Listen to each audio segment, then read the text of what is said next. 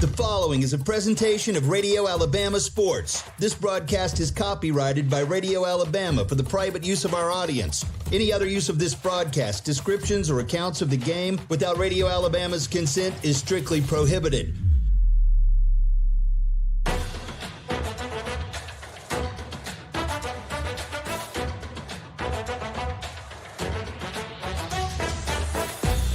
The Wetumpka Indians play right here.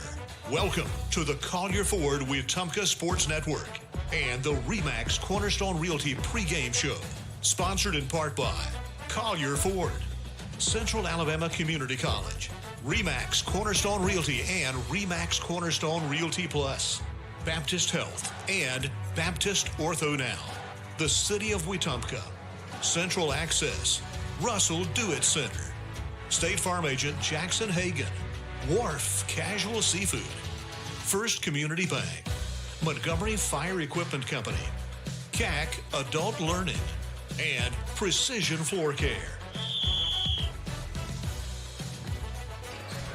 And a good Friday evening to you all. It has been another busy week for Wetumpka basketball, and it all comes to a close here on this Friday night. It's the Wetumpka Indians and the Tallassee Tigers facing off for the second time this season. They had a matchup against each other just 1 week ago, and now we see a rematch here on the road at Tallassee High School. Hello, everyone, and welcome to the RE/MAX Cornerstone pregame show. I'm Gavin Baxley, joined by my partner, Deacon Meeks. Deacon, you're joining us here tonight, but you were there for the Wetumpka-Tallassee game last week as well, one that both of these Indians teams dominated over the Tigers in that one. Seems like they're going to have to be able to replicate that again after what was a frustrating loss just last night. Yeah, I agree. And defense is going to be a very big factor in this game. Defense is always going to be a big factor in every game that you play, but specifically in this one. And it was shown the last time that both of these teams played, and the Indians only held them to a couple of points, I believe, and just dominated the game completely. Only 37 points scored for Tallassee. So just the Indians will need to build that momentum up like they couldn't against Prattville and prove that they have something to provide for this upcoming basketball season. The Indians did get the win over Tallassee a week ago in both the boys and girls matchups. The 60-37 victory over the Tigers for the girls, and for the men, they won at 85-36. They're both coming off of losses just last night. The girls decided to hang tough against the Prattville Lions yesterday, but just could not get it done there at the end of it. They lost 49-43. They trailed by as much as 14, and they trailed by as little as 1 in that game, but just never could get over the hump. The boys team lost to Prattville 56-43, snapping a 6-game winning streak dating back to November 24th, where it began with a win over Prattville. And now they're looking to try and get another winning streak going here against Tallassee tonight before they take on the Birmingham tournament out at Spain Park next week.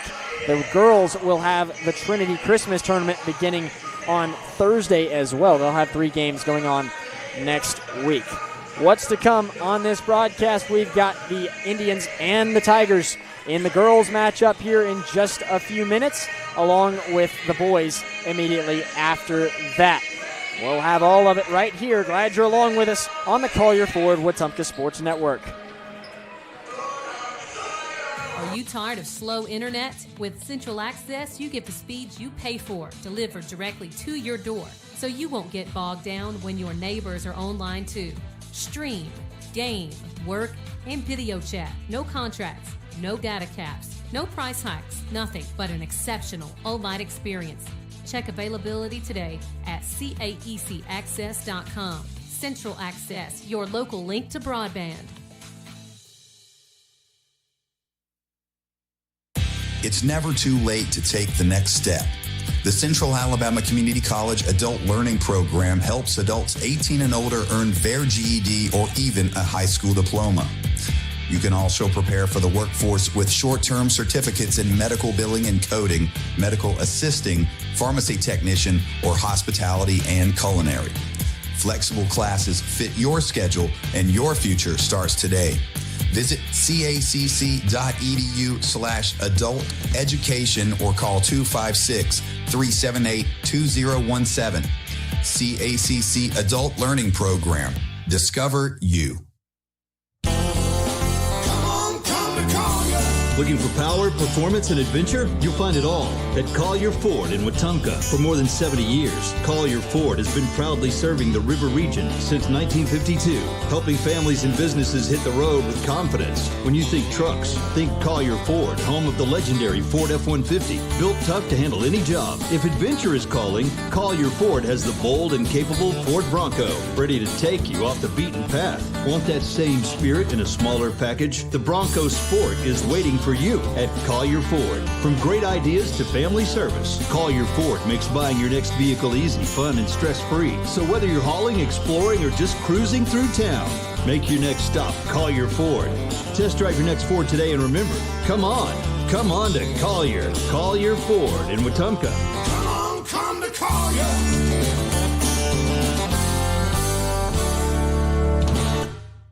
When it comes to real estate in the River region, trust the team that puts you first. Chad Barrett, Beverly Wright, and Kathy Thornton. With experience, dedication, and a commitment to making every move smooth, they're here to guide you whether you're buying, selling, or investing. Together at RE/MAX Cornerstone and RE/MAX Cornerstone Plus, they're the names families across our community count on. Call today and let Chad, Beverly, or Kathy help with your next move.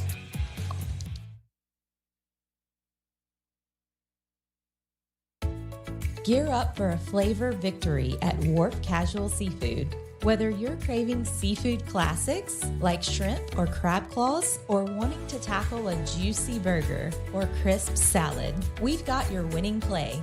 Dine in with us or grab a meal to go and find out why every bite is a win at Wharf Casual Seafood. Check out our menu at wharfcasualseafood.com. The coast is here.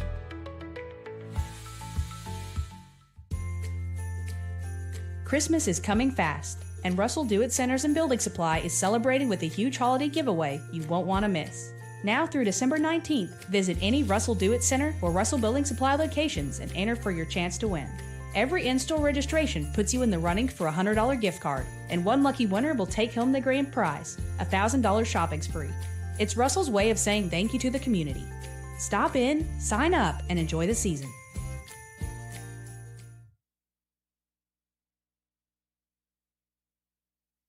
At First Community Bank of Central Alabama, banking's about real relationships, trust, kindness, and a shared commitment to making life better. As your neighbor and partner across Elmore and Autauga counties, we're here for you, whether you're planning your future, buying your first home, or building your wealth. With our local knowledge and heartfelt support, you can count on us. First Community Bank of Central Alabama. Let's do life together. Member FDIC, Equal Housing Lender.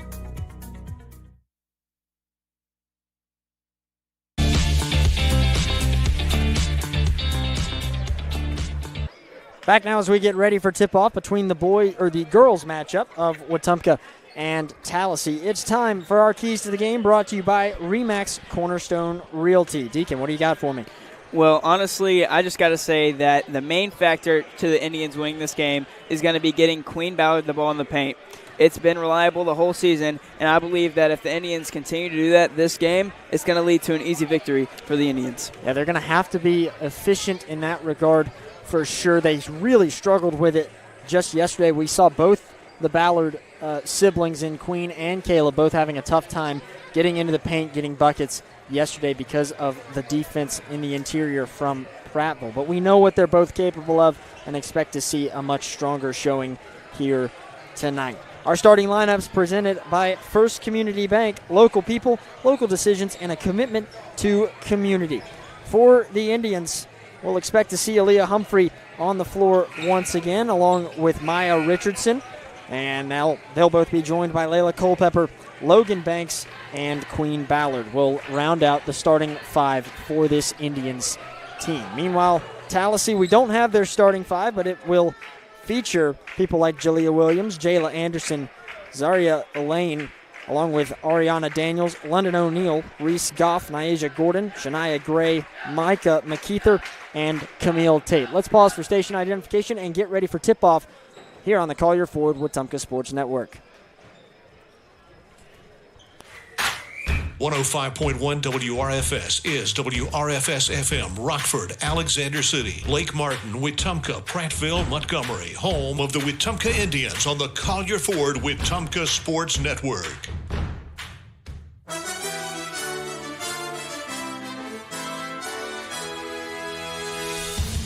From Radio Alabama Sports, this is the Collier Ford Wetumpka Sports Network. Wetumpka basketball is presented by Collier Ford. Come on to Collier Ford. Proudly serving the River region for nearly 75 years. Online at collierfordinc.com. RE/MAX Cornerstone Realty and RE/MAX Cornerstone Realty Plus. Kathy Thornton, Chad Barrett, and Beverly Wright are your River region real estate experts. Central Alabama Community College. Central to you, central to your success. Baptist Health, the official healthcare provider of the Collier Ford Wetumpka Sports Network. Your health is our mission. Online at baptistfirst.org and the City of Wetumpka.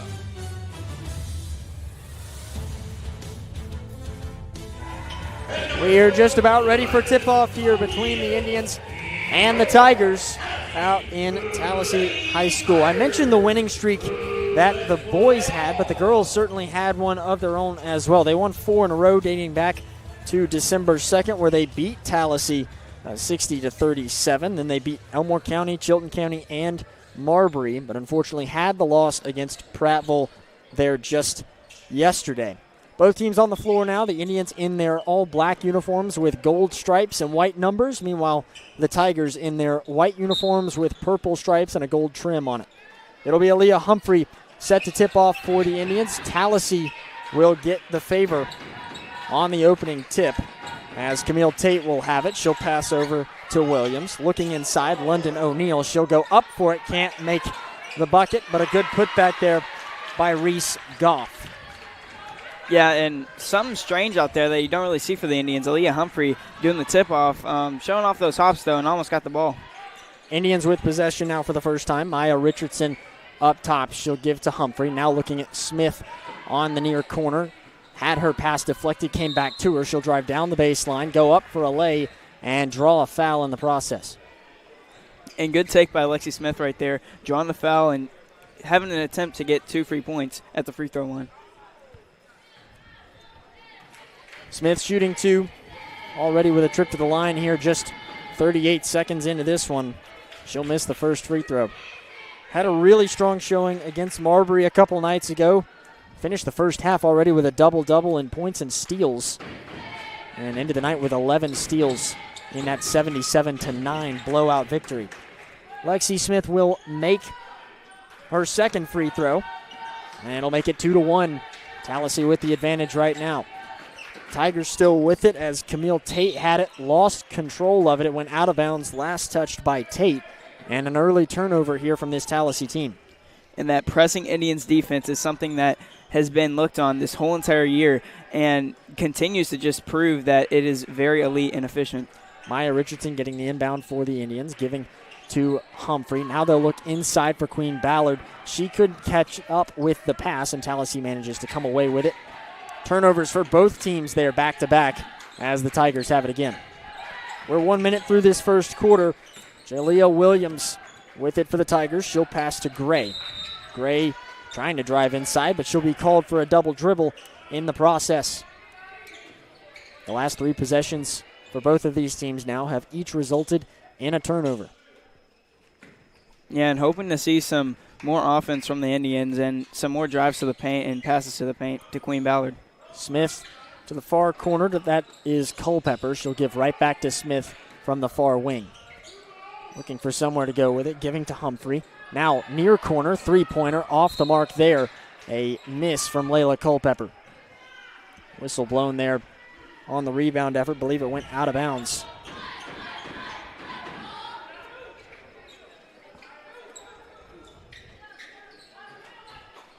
.6:29 left in this first quarter. It's 2-1 still in a low-scoring start between these two. Passing now to London O'Neill, but it'll be stripped away by Maya Richardson. Wide open is Lexi Smith. She'll cruise in for the lay. And no, they won't count it. She gets called for a travel on her way to the paint. Frustrating turnover there for the Indians. Very frustrating indeed, and just didn't put the ball on the ground. So hopefully the Indians can get it back, though. Camille Tate now, she'll drive down the baseline on the far side and make a jumper for 2 and give Tallassee a 4-1 lead. Humphrey for the Indians looks inside to Ballard. Can't get a pass. It comes right back to Humphrey. She pulls a jumper from the near side and makes it for 2. Yeah, and that one just hung on the rim, but very good take by Humphrey, and look on the shot. 4-3 the score now. Tallassee trying to answer back again as they hold a 1-point lead, but losing control of it was Camille Tate. Indians pick it up. Racing down court now is Maya Richardson. Looking for somewhere to go with it from the near side. In that corner, she'll pass back up top to Humphrey, spinning, and a pass now to Smith, who pulls a 3 and misses. Richardson there for the rebound, though, and the Indians will reset back up top to Humphrey. Looking inside, Queen Ballard, taller than everybody, got the pass, couldn't get the bucket, though, and the Indians come up empty. And Queen Ballard is going to want that one back because that looks like a usual layup for Queen Ballard, just a bit too strong off the glass. Tallassee holding on to a lead early here. As Jalea Williams has it, she'll pull a jumper from about the free throw line and can't connect. Rebound by Humphrey, whistle blown, and a foul is called. It'll go against Camille Tate, her first foul of the night. Indians were dominant over this Tallassee team last week, and they're off to a much slower start here against the Tigers in this one.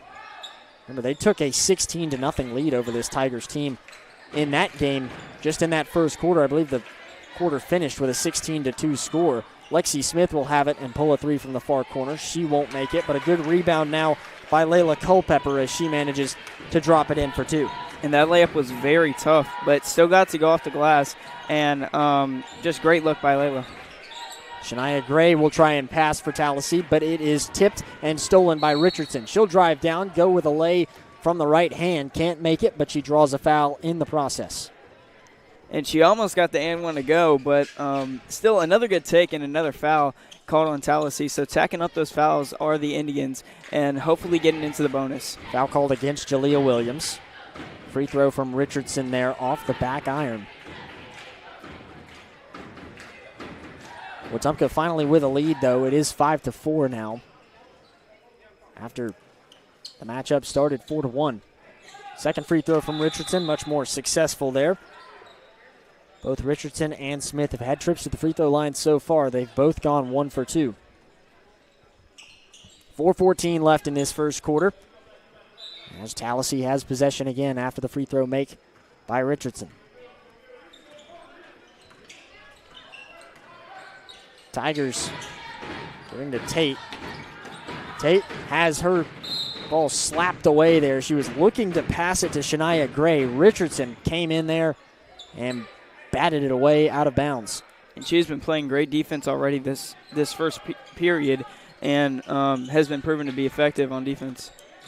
Camille Tate gets the inbound. 4 minutes left in the first quarter. Smith able to pickpocket it away. Richardson gets it. Now Humphrey inside. She'll go up for the lay and once again draw a foul.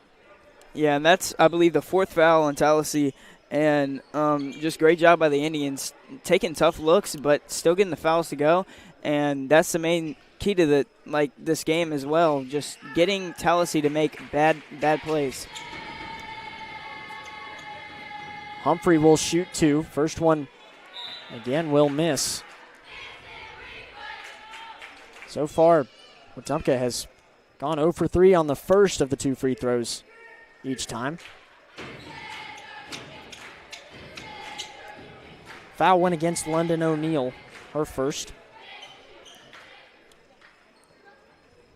Second free throw from Humphrey, good as well. Indians are now 3 for 6 from the free throw line. Tallassee racing back down there. They tried to pass it inside to Reese Goff, but it was deflected, sent out of bounds. She couldn't hang on to it, and Wetumpka takes over.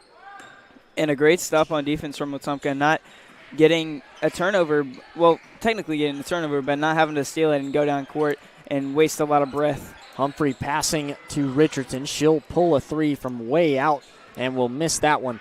Culpepper was able to save it, but it only gave it back to Tallassee.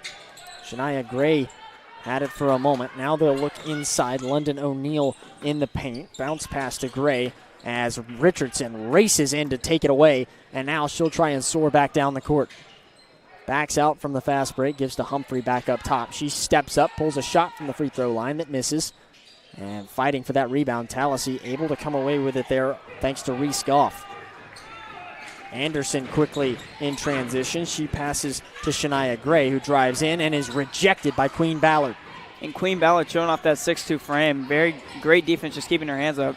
Richardson back to Humphrey up top. This Indians team showing some quick pace here, but they've been quick to retreat from any fast breaks so far. They'll pass to Culpepper. She pulls a three, again off the mark. Rebound there by London O'Neill for the Tigers. 2:30 left in the first quarter. 7-4 still the score in a low-scoring first period. Tigers looking for somewhere to go with it. They give to Jayla Anderson, who now has Reese Goff. Goff will try and shoot one from the near side of the baseline and will airball. It was wide right. Foul called right after the rebound. It goes against London O'Neill. Layla Culpepper was the one to draw it.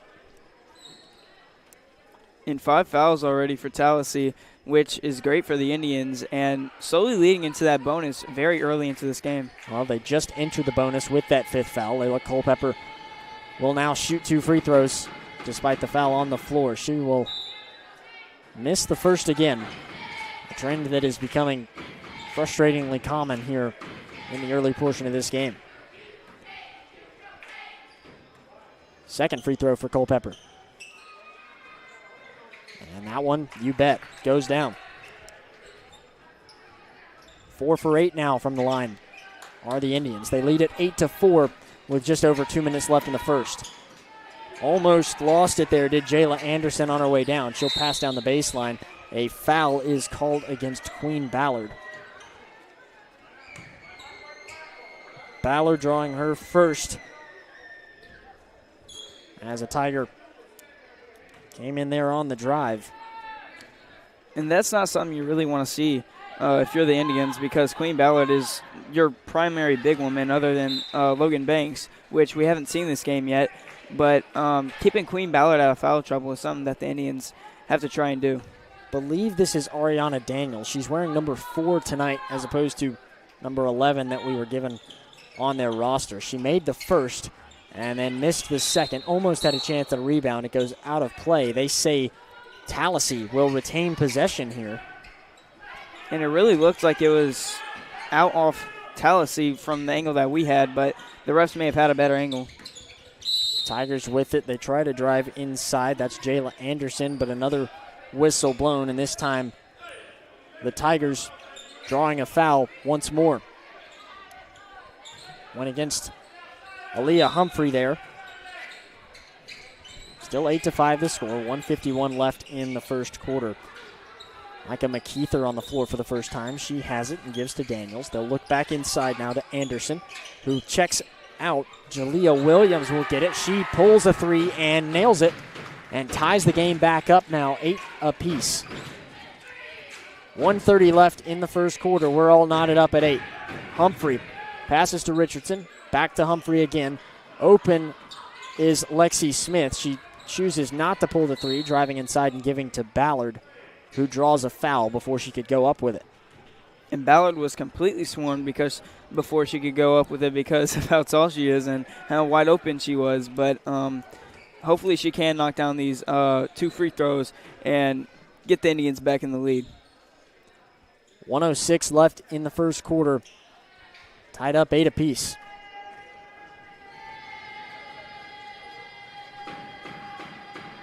First free throw, no good from Ballard.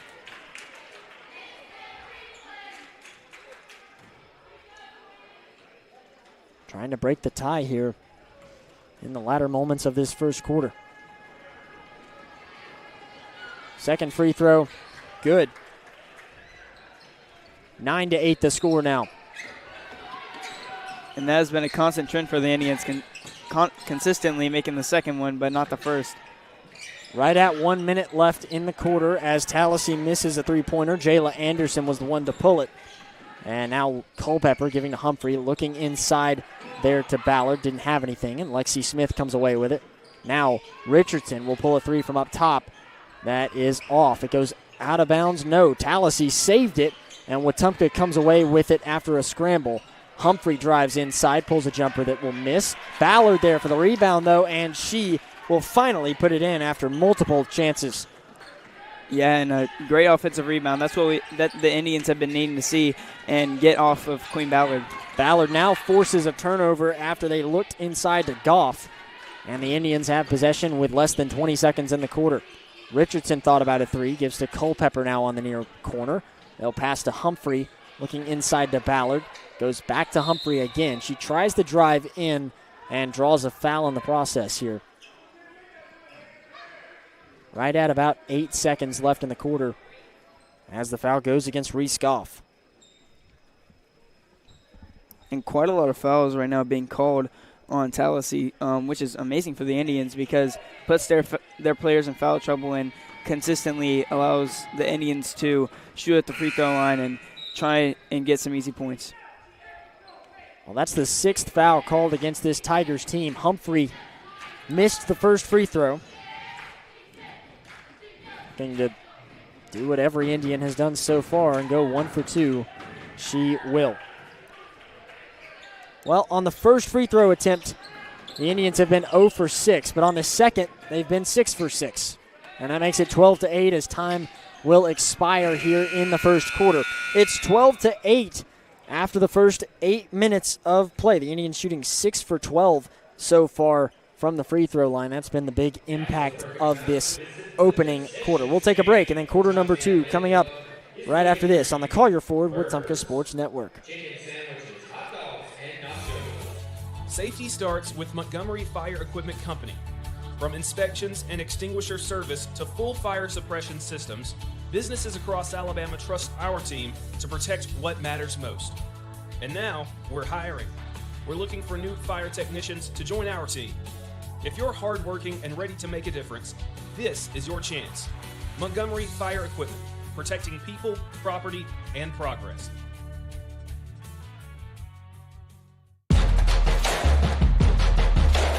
Second quarter action is brought to you by Golf Video, live event and video production elevating your next project. Let Jackson Dean and his team make your event look like $1 million. Online at golfvideo.io.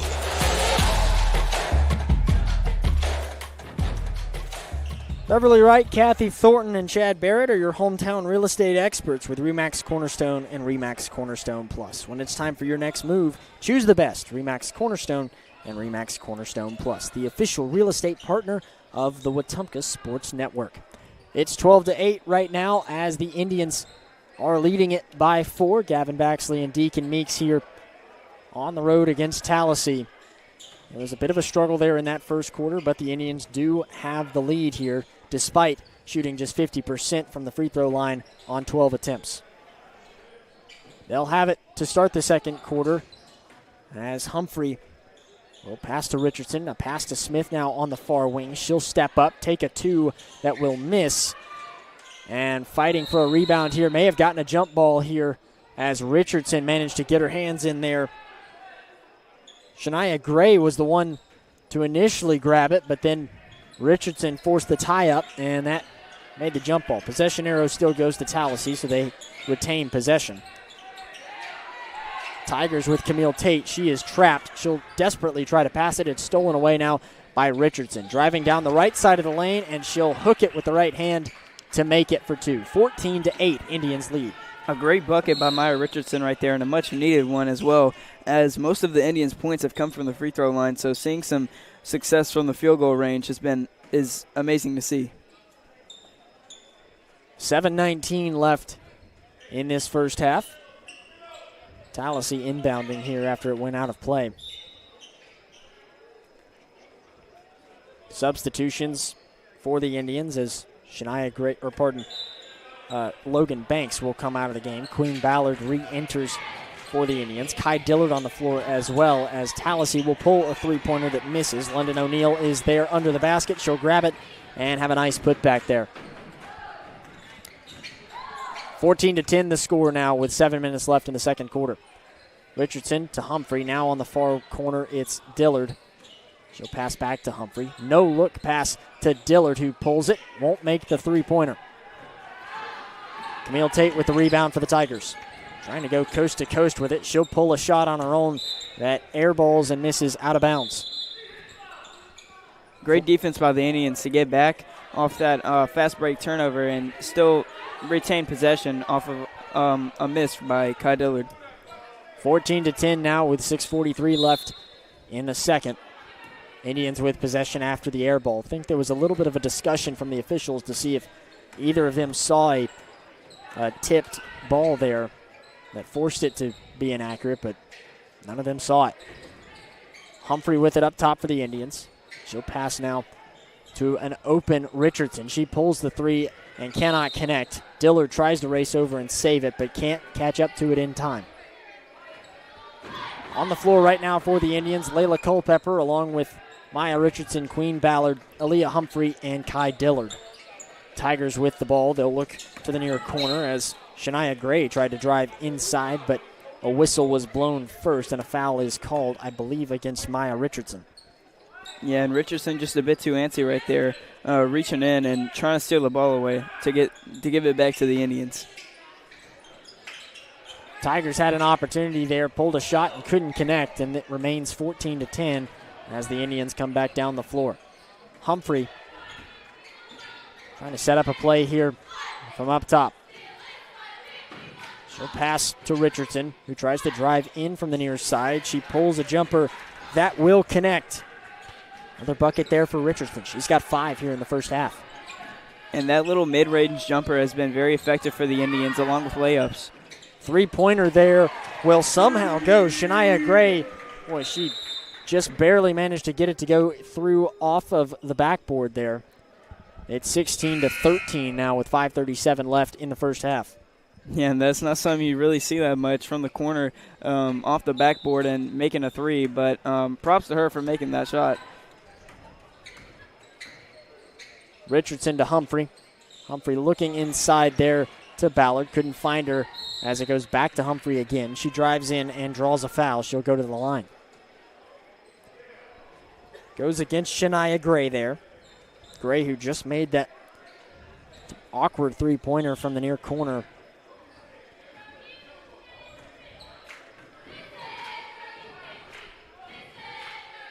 First free throw for Humphrey off the back of the rim. And, man, the Indians need to break this streak right now of missing the first free throw and hopefully making the second one. Well, she does at least continue the streak for a moment as she makes the second free throw. She's shooting 3 for 6 from the stripe so far. Camille Tate had it for a moment. Her pass deflected, taken away, but the Indians lost control of it there. Dillard tried to give it back to Richardson. It goes out of play. 17-13 the score now with 5:12 to go in the half.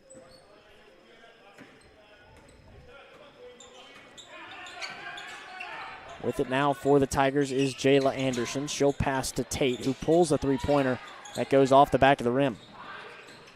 Dillard with the rebound, giving to Humphrey. Now Richardson will try and pass inside to Ballard, but couldn't connect it to her. And coming down the court is Camille Tate. Her pass into double coverage there, stolen away. Here comes Culpepper coast to coast. She will lay it up off the glass and into the basket. And great job getting it done by herself by Layla Culpepper. Just sealing off the inside of the paint and doing a great job on defense to get the bucket. 19-13 now with just over 4 minutes to go in the half. A long two is missed there by London O'Neill. Indians looking to extend this 6-point advantage now. Humphrey to the near corner. She'll pass to Richardson. Back to Humphrey again. She'll give over to Culpepper, who takes a step inside, pulls a mid-range shot that misses. Rebound there by Dillard. She gave it back to Ballard under the basket, who easily drops that one in. 21-13 now.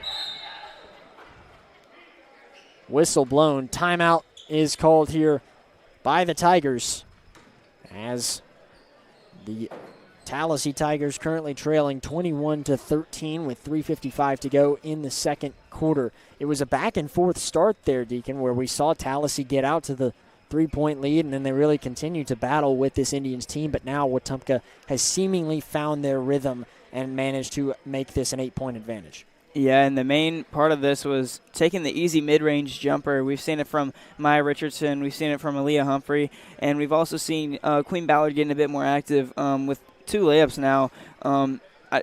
And just doing much better on offense has been the main key part of the second period for the Indians. And retaining this lead also has to deal with defense. We've seen Layla Culpepper do a great job at sealing the paint off. We've seen Maya Richardson having great hands and great defense overall for the Indians.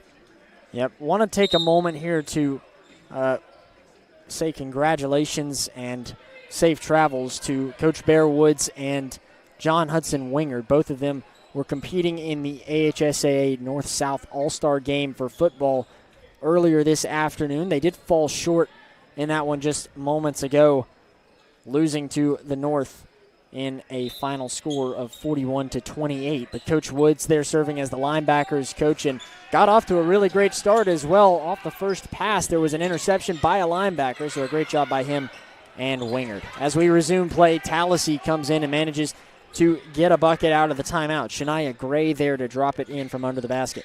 21-15 the score as Richardson has it. Has her pass to Humphrey deflected, but Humphrey showing the speed and outrunning O'Neal to grab it in the backcourt. They'll look inside as Zaria Peak's pass was taken away. Tallassee with it now, trying to work their way up. Had it poked out of bounds again, last touched by the Indians. And we've seen Zaria Peak be this scrappy defender all year, and to see her be her usual self on defense is amazing for the Indians.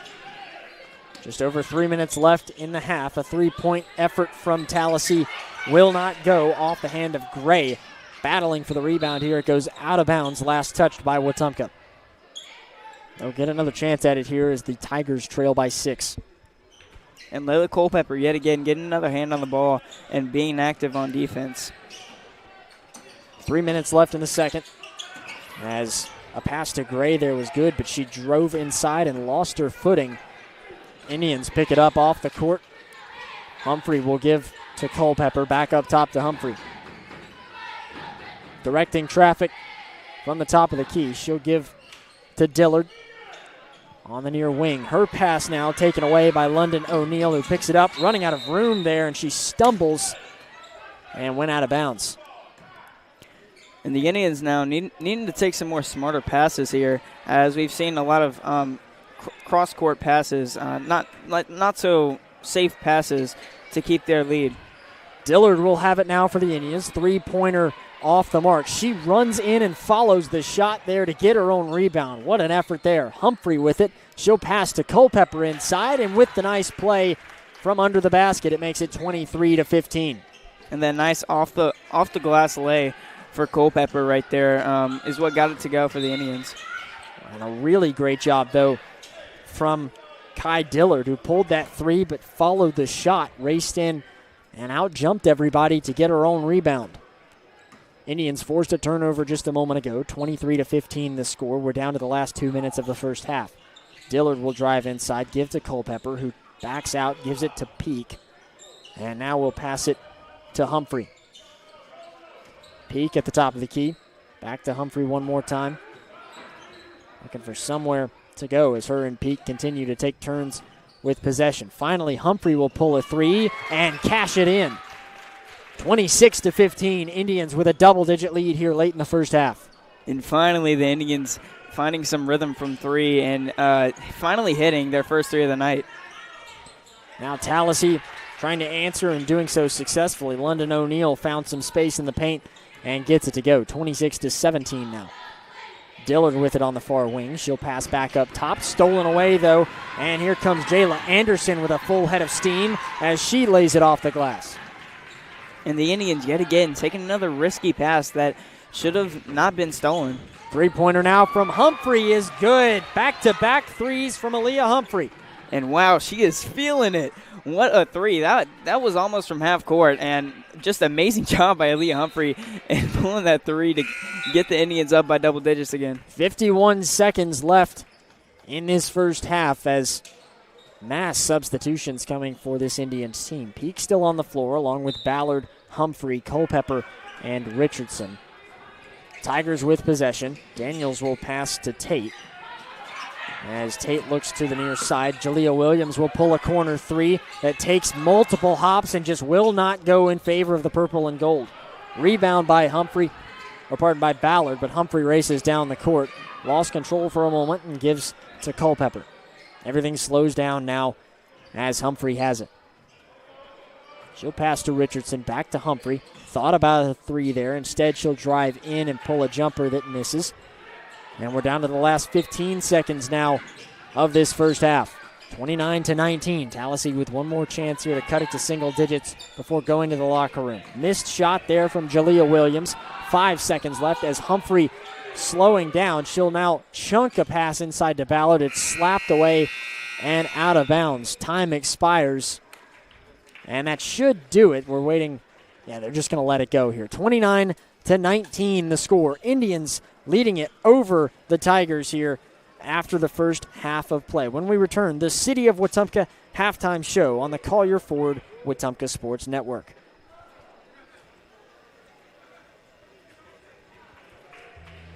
We believe in doing things right the first time. That's the promise behind Finish Line Garage Floor Systems. Powered by Precision Floor Care, our custom garage floor systems are designed to be tough, stylish, and built for the long haul. With a team rooted right here in the community, we deliver quality you can count on. Finish Line Garage Floor Systems. Let them rest on the best. Visit FinishLineGarageFloors.com today.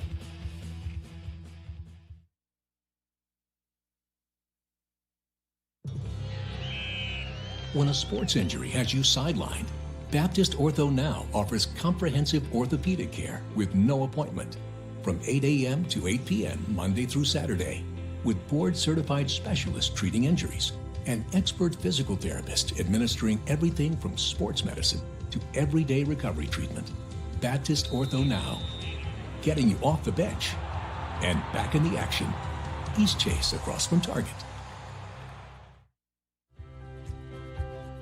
Hi, I'm Beverly Wright with RE/MAX Cornerstone Realty. I know buying or selling a home is a big decision, and that's why I treat every client like family. Whether it's your first home, your forever home, or anything in between, I'll make the process as smooth as possible. I'm Beverly Wright at RE/MAX Cornerstone Realty, here to serve you.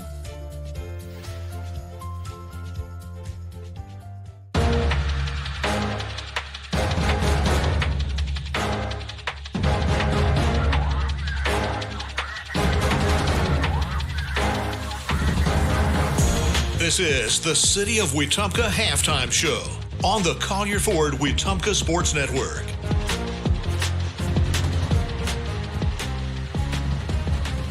And we welcome you into the City of Wetumpka halftime show as the Indians lead it 29-19 over Tallassee at the halfway point of this girls matchup. And there's been multiple different people who have shined so far for this Indians team, but Aaliyah Humphrey has stood above them all. The sophomore right now with 11 points, including back-to-back three-pointers. Deacon, she's been impressive. Yeah, I completely agree. And the main reason of this is, like you said, the 2 3-pointers that she made to end this half off for the Indians, which was completely big momentum movers. And I'd also like to point out Maya Richardson, while not showing it on the scorecards, only having 5 points, she has had incredible defense that whole entire half. And I completely hope that she continues to for the rest of this game, because the Indians have been relying on her to get stops against the Tallassee guards. Yeah, she has been flying all over the floor so far, including on the offensive side, getting her own rebound there late in that first half that opened the door for Queen Ballard to get on the board. She's got 5 right now as well. Feels like they're starting to kind of find a little bit more space to get Ballard involved there in the paint. Yeah, I completely agree, and they have been passing around much more. I do think that they need to take a bit more safer passes and not sort of force it, but, maybe set Queen Ballard a screen in the paint, get Layla Culpepper to go down there and to get Queen just a bit wide open, so the pass isn't as risky. It doesn't risk a deflection or a turnover for the Indians, but other than that, the Indians have been playing lights out this whole game.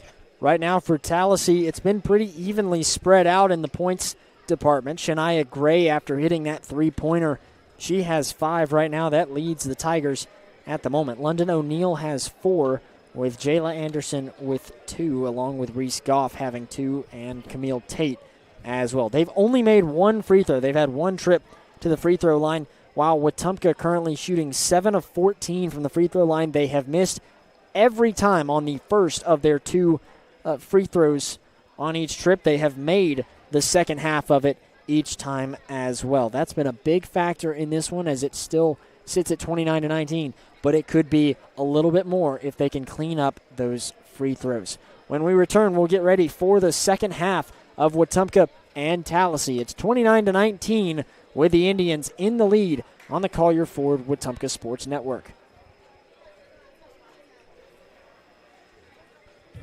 In Wetumpka, we take pride in our hometown. And so does Brent Turner, owner of Precision Floor Care. A Wetumpka graduate and now a local small business owner, Brent built Precision Floor Care on a commitment to serve his community. From tile and grout work to stone, pavers, and concrete, Precision Floor Care delivers precise, hard surface flooring solutions that protect the places that matter most. Precision Floor Care. Precise, hard surface flooring solutions. Learn more at callpfc.com. Come to Collier. It's the 2025 Model Year Sales Event at Collier Ford. Drive home America's favorites with 0 down, 0% APR financing, and no payments for 90 days. That's right. Get into a new Explorer, F-150, Escape, and more without paying a penny up front. And enjoy 3 full months before your first payment. Don't miss out. Come on. Come to Collier. Come to Collier. Hi, I'm Chad Barrett. Growing up here in Central Alabama, I've always believed in doing the things the right way with honesty and hard work. That's exactly how I approach real estate. From your first showing to the closing table, I'll be by your side. Call me, Chad Barrett at RE/MAX Cornerstone. When your job depends on quality building materials, depend on Russell Do-It Center and Building Supply.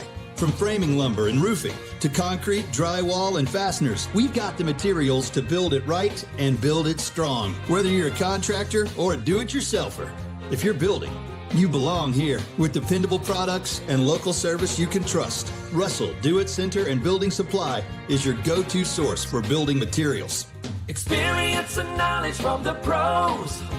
Russell Do-It Center and Building Supply.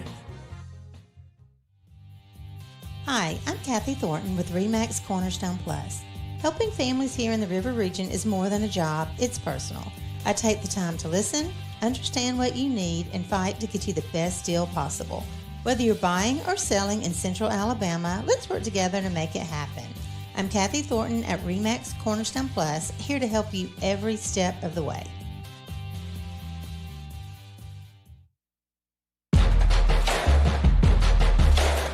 Third quarter action is brought to you by Radio Alabama Sports. Game on. Online at radioalabamasports.net.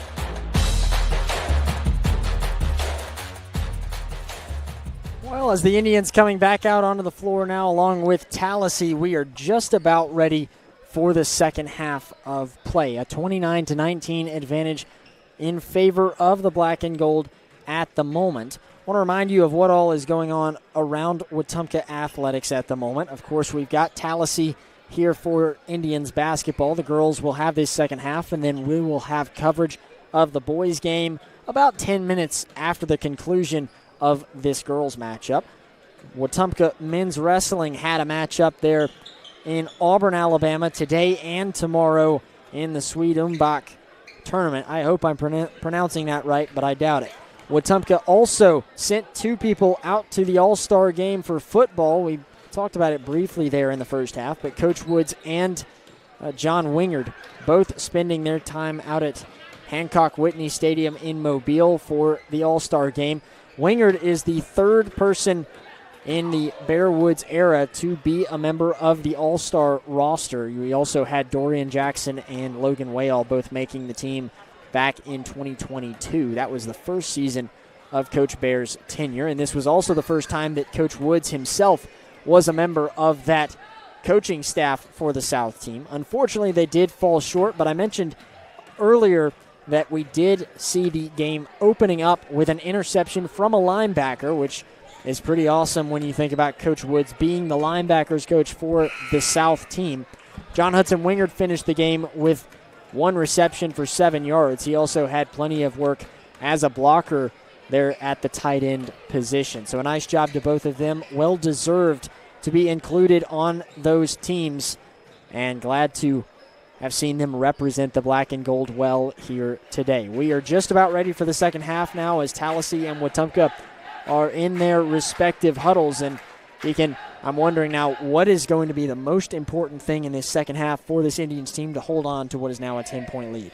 Well, I primarily think that Coach Winchester is going to tell her team, we have been playing amazing defense. We have been locking them up, only allowed them to score 19 points in that first half. But the main thing that she's going to tell them is to take better passes and to not force so many turnovers, because that was also a main part of this game. Tallassee got at least 2 free layups just off of turnovers, and if the Indians can limit that, then it'll lead to a great win for the Indians. Getting ready to get underway now as both teams have taken back to the floor. Aaliyah Humphrey will inbound for the Indians as Maya Richardson, Lexi Smith, Queen Ballard, and Layla Culpepper are on the floor. Smith will have it as she will give back up top to Richardson. A pass to Humphrey. Now in the near corner is Lexi Smith. She passes inside to Queen Ballard, but has it deflected and sent out of bounds. Indians still have possession here after the first 12 seconds of this third quarter. Humphrey giving to Ballard. Back up top now. Smith from beyond the arc. Thought about a 3. Gives to a wide open Humphrey, who pulls it and nails it. Her third made 3 of the night. Yeah, and that's 3 consecutive right now for Aaliyah Humphrey, who has been shooting lights out from 3. Now Daniels with it for Tallassee, going up and off the side of the goal there, will miss. Ballard was able to get it before it went out of bounds and gave to Humphrey. Humphrey, who's made the last 3 3-pointers, thought she would maybe have a tough time carrying that heat into the second half after the 10-minute break, but has had no problem so far. Smith will look inside to Ballard, who will go up for it. Can't make anything. There's a tie-up now, and Tallassee is going to force a jump ball. Nice job there by Jalea Williams for getting involved in it. And Tallassee with possession arrow here will force a turnover. Queen Ballard, I believe, thinks she got fouled off that. A few Tallassee girls were slapping her arm, but refs called it a jump ball, so hopefully the Indians can get it back on defense. Tigers have it. They'll try and pass over to Daniels, but it goes out of bounds. It was not tipped. It was last touched by Tallassee there. Just misfired the pass, and Humphrey will inbound. We're just over a minute into the third quarter. Humphrey up top will pass to Lexi Smith. Smith will float one into Ballard, who had a tough time holding on to it, but picks it up, gets it to go from under the basket, and draws the foul. And a great layup right there from Queen Ballard, showing her size and strength in the paint with that 6'2 frame.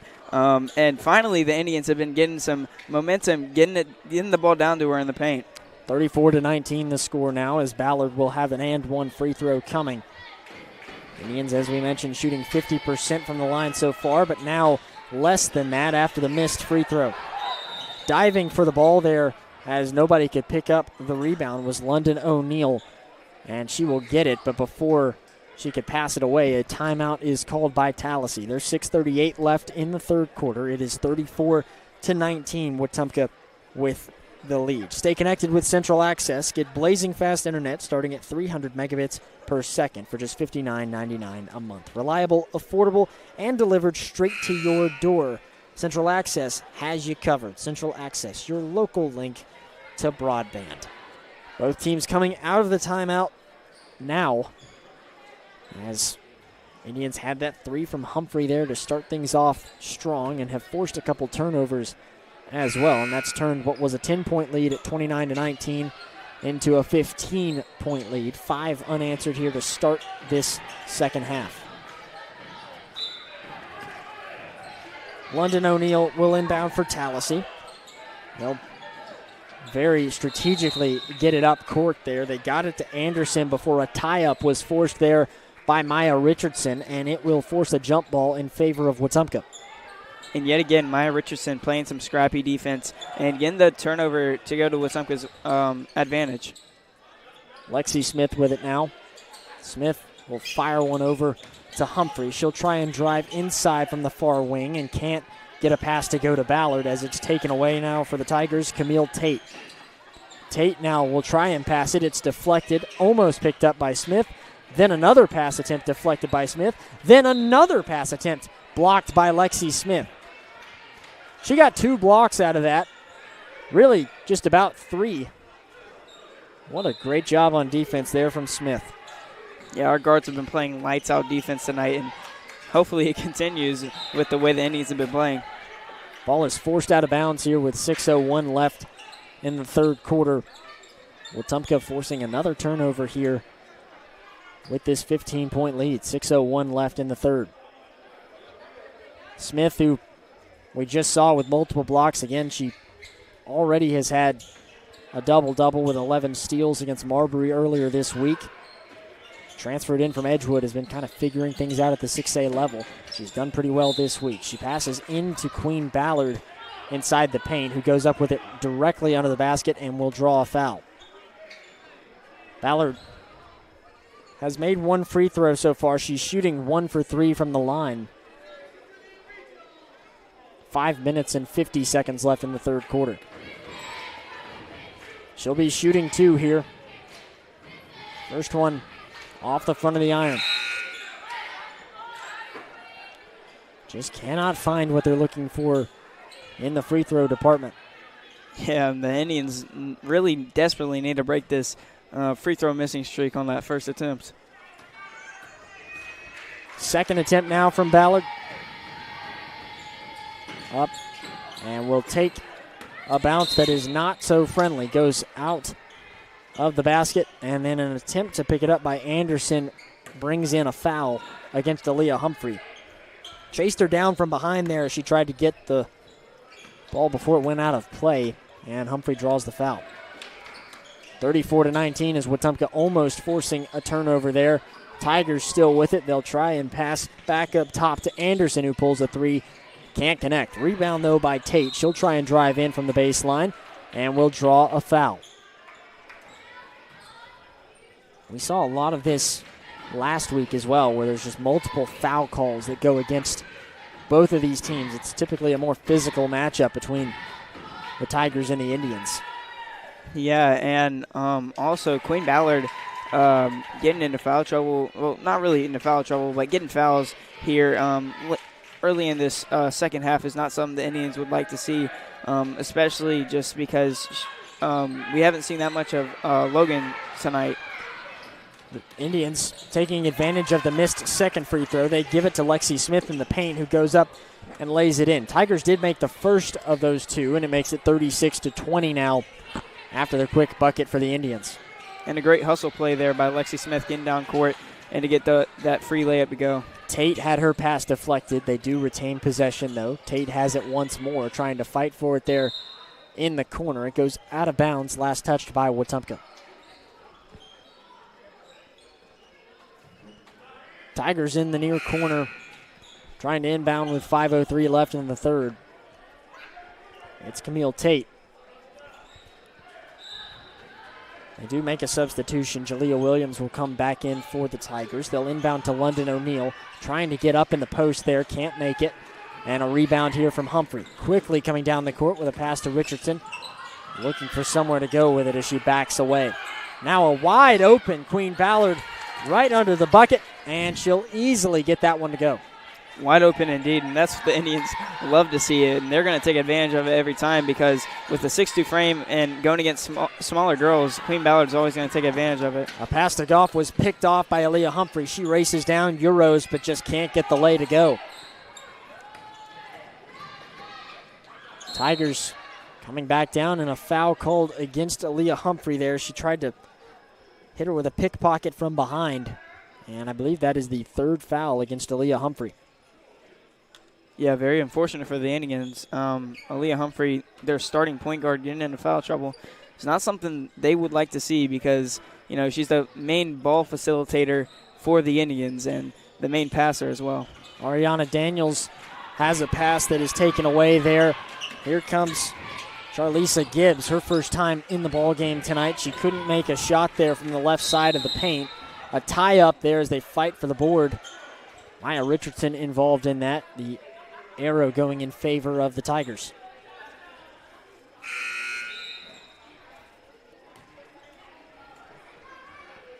Daniels inbounding for Tallassee. They trail the Indians 38-20, 4:05 left in the third quarter. The Indians still playing some scrappy defense right here, not letting up at all. Tigers now with a wide open Daniels in the near corner. She misses a long two. Smith picks up the rebound, stops her roll, tries to take a three. Instead, she'll pass it over to Richardson, who can't make the long two either. Tallassee coming back down again in the near corner. Three-pointer this time, again off the mark. Tallassee had one opportunity, couldn't make it. Now another chance there with Goff under the basket. She goes up, makes it, and draws the foul in the process. And a shooting drought right here from the Indians. Trying to build momentum back in this one, but when you have multiple players in foul trouble and you having to have most of your backups in the game, most of your bench in the game, that's not really something for the Indians that you really want to see when you're trying to maintain a pretty nice lead. Missed free throw there from Goff. She got her own rebound and could not make the shot, but now a foul called against the Indians as London O'Neill picked up the rebound. This time it goes against Kai Dillard for the Indians. The Indians already have 5 fouls right now, so Tallassee's going to be shooting 2 free throws right here like the Indians were in the last half. Wetumpka with 5, Tallassee with 2 in this third quarter. Aaliyah Humphrey, really the only one who's actually in foul trouble for this Indians team. She has 3 at the moment, and that's why she had to come out just a little bit ago. First free throw there from London O'Neill is good. Makes it 38-23 with one more from the stripe coming. Second attempt will not go. Finally, Wetumpka gets a rebound and goes back on the offensive. A pass to the far corner now has Richardson with it. She'll try and drive down the baseline, looking for Culpepper on the other end, and it's batted away out of bounds. Last touched by the Indians there. It looked like it was going to be out on Tallassee. Reese Goff right there had both of her hands on the ball, but the ref decided that Layla Culpepper was the one to stick her hand further out and poke that ball out. Jalea Williams tried to pass to the near corner with Ariana Daniels, but there is Culpepper to slap it out of play. 3:08 left in the third as the Tigers have it again. Looking in the paint here, it's London O'Neill. She goes up for it and misses. Queen Ballard with a nice rebound. Humphrey slowly making her way up court. Will pass to Lexi Smith. She stared it down, and it's going to be a regretful decision on her part. Ariana Daniels stole it away, drove down and missed. The Tigers still couldn't take advantage after Jalea Williams had it, but they get another rebound. Williams up top looks for a pass back inside as that was Goff who went up for it again from the left side of the post. And again, couldn't connect, but she draws a foul. The Indians right now having plenty of costly fouls in this third period very early. They started off with 5 fouls. Now they have 6. So hopefully the Indians can calm it down and just realize that they have the lead. They don't have to do anything rash. First free throw from Goff, good. Saw a similar play from London O'Neill just a couple minutes ago where she was in the post a couple times, drew the foul, and got to the line. It's helping Tallassee try to keep this somewhat in range, but they've got their work cut out for them, trailing by 14. Missed free throw there from Goff gives the Indians possession once again with 2:30 left. Three-pointer from Humphrey off the back of the rim. Humphrey manages to come away with a board on her own. She'll give to Culpepper, who retreats and gives back up top now to Richardson. She'll pass back to Humphrey, and everyone will reset. Gives the play call here as they get ready to roll. Pass to Smith, wide open. She pulls a three. That is just off target. Culpepper chases it down before it goes out and passes to Richardson, who drives in, and a timeout is called. Yes, timeout called by Coach Winchester. 1:59 left to go in the third quarter now, as the Indians are still leading it by 14 at the moment. And Tallassee, seems like if they really want to get back into it, they've got to kind of lean into what they've been doing here for the last couple minutes, getting into the paint and being able to draw some fouls, get themselves to the line. Now they just have to take more advantage of it. Yeah, I agree. Tallassee definitely is doing a good job at getting into the paint and drawing those fouls. The Indians have been good this year at sealing people out of the paint, but without Logan Banks, it's a very big challenge for the Indians in this matchup right here. So hopefully our guards can block all the passes that go inside and swipe away the ball before they can get in the paint and don't draw any costly fouls. Breaking the huddle here, and we will resume in just a couple moments. But first, I want to remind you that Central Alabama Community College is building brighter futures right here at home. With affordable tuition, flexible programs, and campuses across the region, CAC helps students start strong and go far. Central Alabama, central to you, central to your success.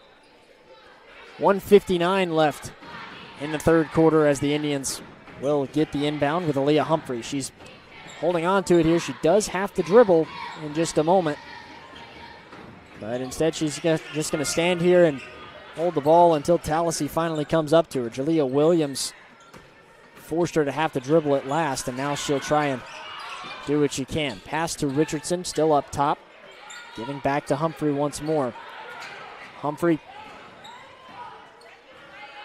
just very conservatively standing around. Hasn't even attempted to really penetrate yet, as here's Richardson. She'll pass to Culpepper. Culpepper back up top again to Humphrey. A long possession now. This has gone on for about 40 seconds and counting. Culpepper back to Humphrey again. Just taking turns, passing back and forth. Tallassee won't put any pressure, so Wetumpka has no need to do anything urgent as Humphrey races around. It's been a full minute now of this possession. We're at 58 seconds left in the quarter. Culpepper with it. No one has stepped inside the paint yet that has had the ball, by the way. Richardson now with 50 seconds on the clock. She'll give to Culpepper. Culpepper to Smith. Smith finally drives inside, and her pass will be deflected and taken away. That was a 1 minute and 20-second possession for the Indians with no shot attempts. Jalea Williams will drive in now, kick outside, and pulling a shot from the near baseline is Ariana Daniels that can't connect. Tallassee racing for it. Now Wetumpka will finally come away in a fast break opportunity. Richardson under the basket. She'll lay it in. That was a very good pass by Layla Culpepper to find Maya Richardson right there in the paint as well. Had to lift her head off the dribble and find the open woman. 12.7 seconds on the clock. A foul is called against the Indians here. And Tallassee will be shooting free throws in just a moment. 40-24 our score now with just under 13 seconds left in the third.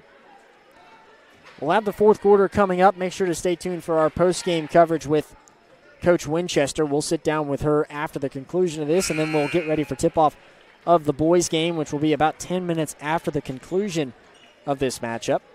First free throw from Jalea Williams is on the mark and makes it 40-25. Looking to go 2 for 2 and cannot do it. Off the back of the rim there. Rebound by Queen Ballard, who casually passes over to Aaliyah Humphrey, who is tripped. Whistle blown and a foul called. This one goes against Shania Gray, her second. 8 seconds left in the third quarter now. Humphrey will inbound for the Indians.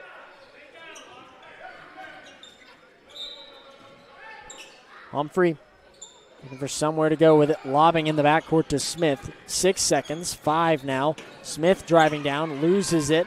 Daniels has it with 1 second. They won't get a shot off as a pass is stolen away by Richardson that ends the third quarter. It's 40-25. Wetumpka on top of the Tigers with 8 more minutes to play when we return on the Collier Ford Wetumpka Sports Network. Hey, I'm Chad Barrett with RE/MAX Cornerstone. I love helping families in Central Alabama find their place to call home. Whether you're buying in Prattville, selling in Wetumpka, or moving anywhere across the river region, I'll make the process smooth and successful. Call me, Chad Barrett at RE/MAX Cornerstone.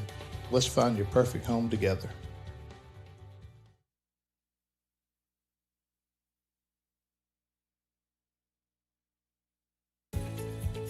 Your future starts at Central Alabama Community College. At CAC, you'll find affordable tuition, flexible class options, and programs that prepare you for careers in healthcare, technology, business, and more. Whether you're working toward a degree, training for a new job, or transferring to a 4-year university, CAC is here to help you succeed. Enroll today and take the first step towards your future with Central Alabama Community College. Visit cacc.edu to learn more.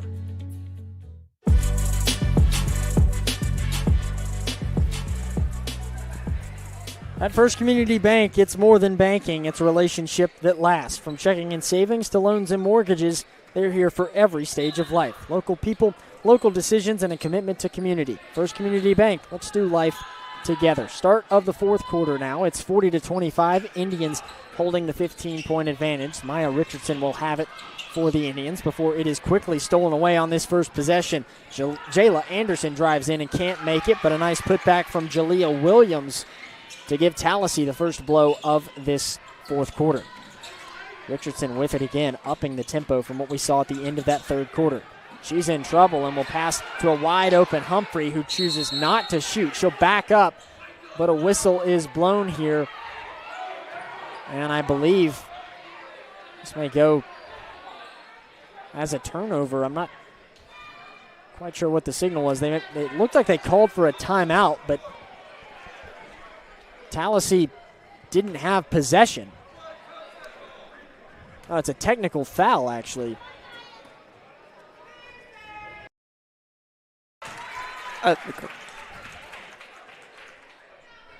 Apparently it went against the head coach, Richard Taylor, for Tallassee. I was trying to figure out what it was. We saw it.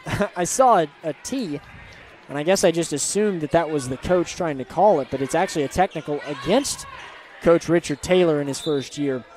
Indians go 1 for 2 from the free throw line. It makes it 41-27 now with 7:30 left in the fourth quarter. Richardson with it. She'll pass to Smith, who quickly gets it over to Humphrey. Humphrey spinning around, trying to go somewhere with it. And a whistle blown and a foul going against Jalea Anderson. Or Williams, that is, pardon. And that was some very tight defense played right there. So good call by the refs to call the little tug on the jersey that Jalea had on Aaliyah Humphrey. Indians get it into the backcourt with Richardson. Still a 14-point lead, down to 7 minutes to play. Pass to Queen Ballard, stolen away by London O'Neill. Trying to go down the floor. She'll try and do it all by herself. A Euro step and a foul is called against the Indians. Called against Maya Richardson. Was on the floor. Maybe.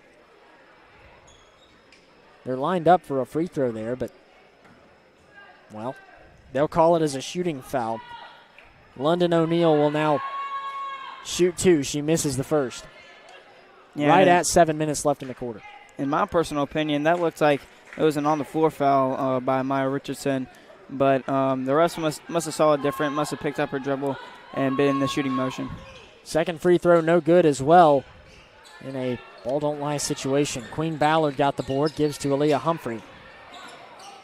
Humphrey now looping around. Foul is called now against the Tigers in Camille Tate. Tate drawing her second foul now. 6:50 left as they inbound it. Giving it to Richardson. Richardson now will lob a pass into the paint inaccurately as London O'Neill picks it up for Tallassee. She'll pass to Jayla Anderson, who looks over now to Camille Tate. She passes inside. This is London O'Neill, who tries to spin around in the post but cannot connect. Humphrey will bring it up slowly. Every time Humphrey has had it, she's been able to really slow down the tempo of this game. She spins around, may try and pick up the pace now as a no-look pass to Ballard again taken away. Jayla Anderson this time coast to coast, and nobody was even close to her. She drops that one in.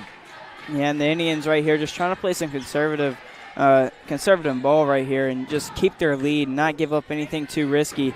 But right now they're making very bad passes and bad decisions. Feels somewhat overly conservative right now as they've allowed this game to go back to a 12-point ball game. Still plenty of wiggle room here for this team, but a foul called against Tallassee as Wetumpka had possession. This one against Jalea Williams. Third foul against Williams now as there's 5:48 left in the fourth quarter. Inbounding in the backcourt there to Richardson. She'll try and drive in on her own from the near side, and she will not connect. Jump ball called on the rebound effort there between Queen Ballard and London O'Neill. Gives the possession to Tallassee. And O'Neill looked like she was over the back on Queen Ballard, but did have two hands on the ball, so good call by the ref. Williams passes to the far side, giving to Camille Tate, who misses a three. Tallassee came away with a rebound, but a putback chance from Ariana Daniels. No good. Double dribble called now against the Indians with Lexi Smith. And it looked like Lexi Smith only got the board, didn't really double dribble, but the ref called it that on the court, so can't really argue with it, but didn't look like that in my eyes. Passing in from the baseline here is Ariana Daniels. Now pulling a three. Jalea Williams off the mark. Rebound, Camille Tate. She can't make the putback, and Ballard gets the board. She'll pass down court to Richardson, quickly pulling a jumper for two off the back iron. Indians have a chance at the rebound. It's tipped and then picked up now by Richardson. She gives to Smith. Lexi Smith with it with 5 minutes to play. She'll try and drive in, pull a floater that won't connect. Ballard with a rebound going up, but has her shot tipped and knocked out of bounds by London O'Neill. 4:52 left in regulation. Timeout called by Coach Winchester. Indians will have possession in just a moment. Let's pause for just a second for station identification. 105.1 WRFS is WRFS-FM, Rockford, Alexander City, Lake Martin, Wetumpka, Prattville, Montgomery, home of the Wetumpka Indians on the Collier Ford Wetumpka Sports Network. Gavin Baxley along with Deacon Meeks here as Wetumpka leading Tallassee 41-29 with 4:52 left to play in this girls matchup. They've been able to maintain this lead, but things have gotten a little bit sloppier here over the last few minutes for this Indians team. Yeah, and this is not the game that Coach Winchester wants. I can tell you that right now, and she's telling her players that for sure in that huddle. And she's telling her players, you got to clean it up, got to make smarter decisions, not so many risky passes to getting inside the paint, and just work it around the perimeter and, play some smart ball right here to finish this game off with a win. Wetumpka will have possession out of the timeout. They will inbound from the baseline of the Tallassee goal. 4:52 left in this girls matchup. We'll have the boys tipping off about 10 minutes after this one, but for now, the Indians continue to extend the lead. An inbound to Ballard, and quickly a shot there from just beyond the restricted area. She makes that one in to make it 43-29. Tallassee now will try and drive in, cutting this to a less than 14-point lead, but they can't do anything as it is knocked away. Indians defense continuing to show its strengths there. As they batted it, it went off of a leg there of a Tallassee player, and Wetumpka has possession again. Yeah, Wetumpka is still playing some hard defense, not letting up at all, and just doing a great job at keeping their head in the game and having a good offensive performance right now. A sloppy pass there to Camille Tate, who picks it up.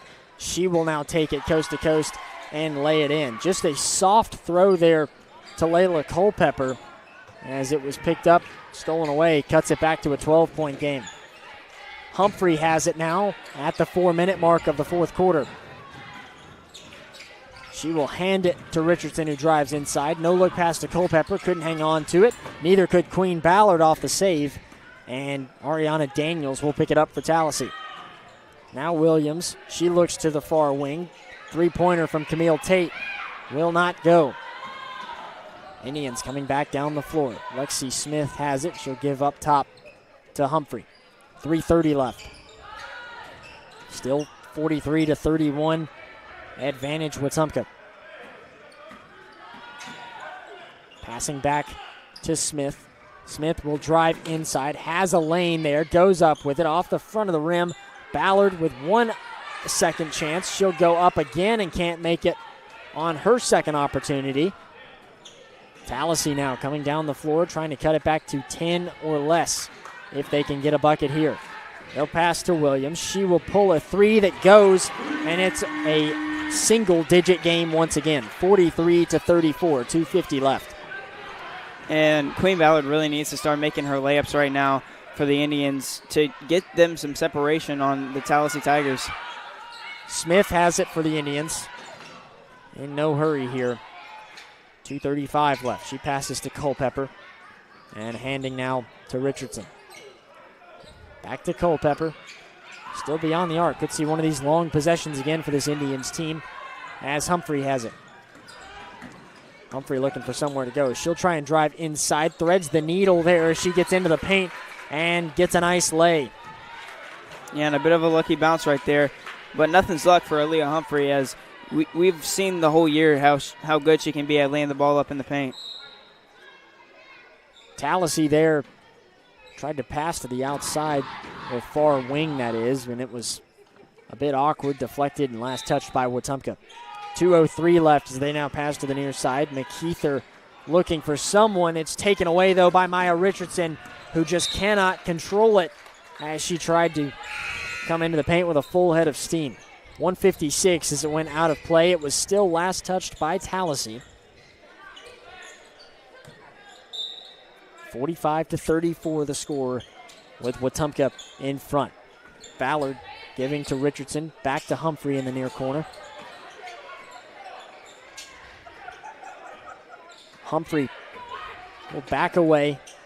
Try and find something to do with this ball. She throws it all the way across to Culpepper, who immediately gives to Lexi Smith. Now Smith.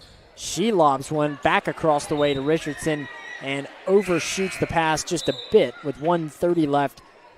Tallassee retakes possession, down by 11. Yeah, and yet another dangerous pass that should just have not been thrown. Cross-court pass, and that's never a good sign if you're any basketball team to be throwing that. Tallassee down to 120. They need a quick bucket here if they want an opportunity. They'll pass one that is deflected. They say it was last touched by Layla Culpepper, going out of play. Tallassee ball. 1:15 left now.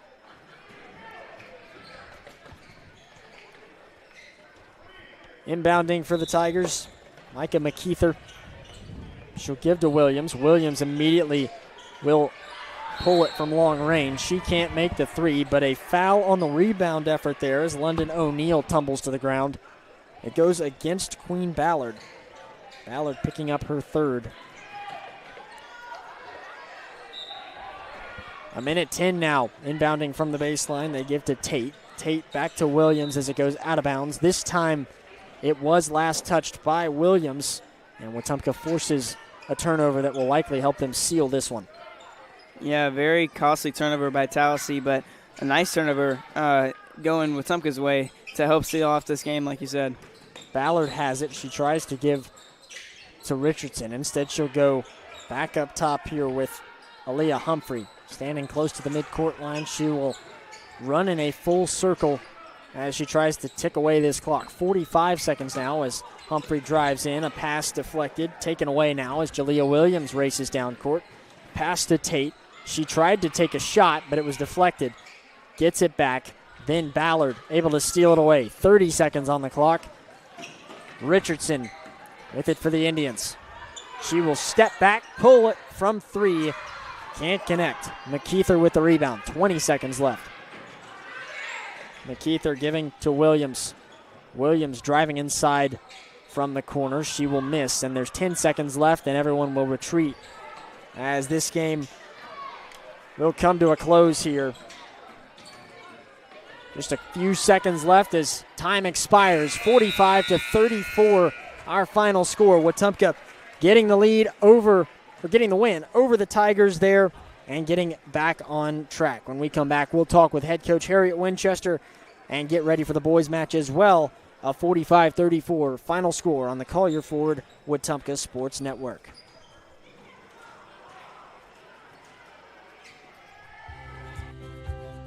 This is Beverly Wright.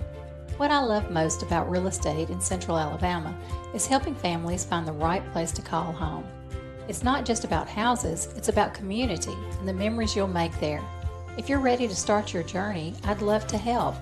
Call me, Beverly Wright, with RE/MAX Cornerstone Realty.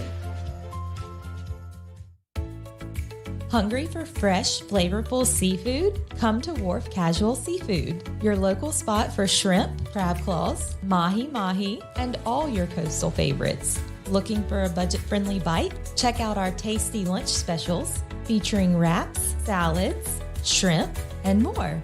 Wharf Casual Seafood, wharfcasualseafood.com. The coast is here.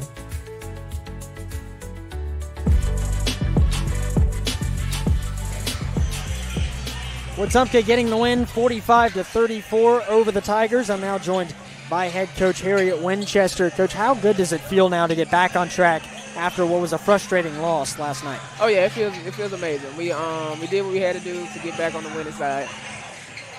I do want to ask, there were a little bit of some struggles from the free throw line. Is there any concern about that as you go into next week with tournament play? Well, we'll focus on that more, but they just need to dial in. It's their time at the free throw line to handle business. But I think, once we talk about it and recognize it, we'll come back from that. Saw a lot of really high effort plays here tonight. Aaliyah Humphrey having 3 3-pointers made over the course of this one. Just talk about her performance for a moment. Yeah, Aaliyah, she did a very great job. We've been dialed in on her, making sure that she understands her leadership role. But I think this is like a hometown rivalry for her. So she came out with a great energy and she played like it. We expect that every game. And I also saw people like Kai Dillard, who maybe didn't have as big of an impact on the box score, but multiple times that we saw people like her racing in to get rebounds, that kind of thing. How important is it to have players like that with those high effort plays, even if they're not scoring all the points? With them understanding that what they're doing on the defensive side, and like you said, getting rebounds, getting steals, that right there is going to win us the games in ways that they don't understand it. So I think with them continuing to do that, we'll be okay. Coach, congratulations on the win. Looking forward to see how this team does next week. Absolutely, I appreciate you. That's Coach Harriet Winchester joining me there as Wetumpka gets a 45-34 win over the Tigers. When we return, we'll get you ready for the boys matchup of Wetumpka and Tallassee on the Collier Ford Wetumpka Sports Network. Hi, I'm Kathy Thornton. I've built my business at RE/MAX Cornerstone Plus by being honest, dependable, and always putting my clients first. If you're ready to buy your first home, sell your current home, or just want to talk about your options, I'd love to help. Reach out today. Kathy Thornton with RE/MAX Cornerstone Plus, where neighbors become clients and clients become friends. Looking to tackle your next home project? Look no further than Russell Do-It Center and Building Supply. With same-day pickup, ship to store, and ship to home, all available at RussellDoItCenter.com. Whether it's paints, tools, lumber, or lawn care, we've got what you need with the service you can trust. So be sure to shop today at RussellDoItCenter.com. RussellDoItCenter.com. Experience and knowledge from the pros. Russell Do-It Center and Building Supply. Come on, come come to Collier. It's the 2025 Model Year Sales Event at Collier Ford. Drive home America's favorites with zero down, 0% APR financing, and no payments for 90 days. That's right. Get into a new Explorer, F-150, Escape, and more without paying a penny up front. And enjoy 3 full months before your first payment. Don't miss out. Come on. Come to Collier. Come to Collier.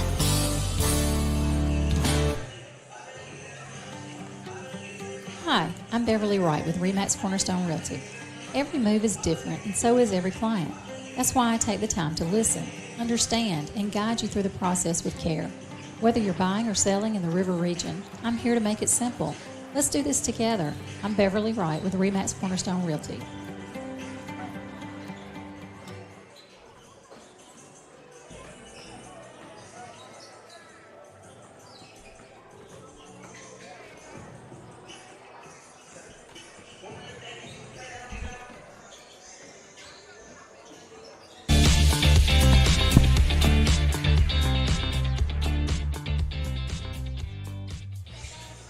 We welcome you back now as we get ready for Wetumpka and Tallassee for the boys matchup. Indians just got the 45-34 win over Tallassee in the girls game a few minutes ago. We'll go ahead and get to our keys to the game for this boys matchup, brought to you by RE/MAX Cornerstone Realty. And I'll go to you in a moment, Deacon, but for me, I got to say, I think it's going to be really important to finding that effort in the paint here tonight. Had a tough time getting to guys like Caleb Ballard in the game yesterday. How about you? I completely agree with that, but I also think that defense is definitely going to be a big key in this game, getting back on defense and playing good, just, poking the ball out, getting it, even if it just goes out of bounds, just having that hustle is a major factor for the Indians to win this game. No doubt about that. I will say they've got to have those hustle plays, need to be better about inbounding as well. Multiple turnovers on inbounds from earlier in the game yesterday against Prattville that were really costly to this Indians team. When we return, I'll give you your starting lineups as we get ready for tip-off between the Indians and the Tigers in the boys contest of Wetumpka and Tallassee on the Collier Ford Wetumpka Sports Network. Are you tired of slow internet? With Central Access, you get the speeds you pay for delivered directly to your door, so you won't get bogged down when your neighbors are online too. Stream, game, work, and video chat. No contracts, no data caps, no price hikes, nothing but an exceptional online experience. Check availability today at caecaccess.com. Central Access, your local link to broadband. It's never too late to take the next step. The Central Alabama Community College Adult Learning Program helps adults 18 and older earn their GED or even a high school diploma. You can also prepare for the workforce with short-term certificates in medical billing and coding, medical assisting, pharmacy technician, or hospitality and culinary. Flexible classes fit your schedule, and your future starts today. Visit cacc.edu/adult education or call 256-378-2017. CACC Adult Learning Program. Discover you.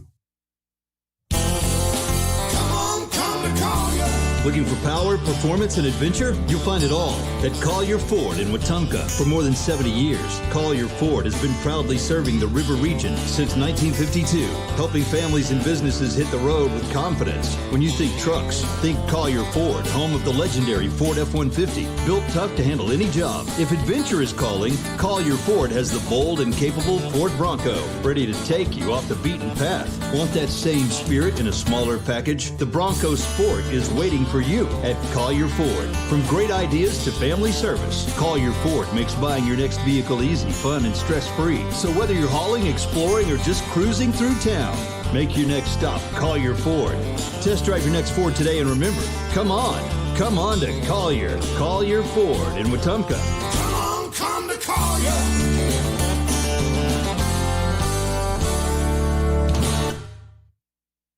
When it comes to real estate in the River Region, trust the team that puts you first. Chad Barrett, Beverly Wright, and Kathy Thornton. With experience, dedication, and a commitment to making every move smooth, They're here to guide you whether you're buying, selling, or investing. Together at RE/MAX Cornerstone and RE/MAX Cornerstone Plus, they're the names families across our community count on. Call today and let Chad, Beverly, or Kathy help with your next move. Gear up for a flavor victory at Wharf Casual Seafood. Whether you're craving seafood classics like shrimp or crab claws, or wanting to tackle a juicy burger or crisp salad, we've got your winning play. Dine in with us or grab a meal to go and find out why every bite is a win at Wharf Casual Seafood. Check out our menu at wharfcasualseafood.com. The coast is here.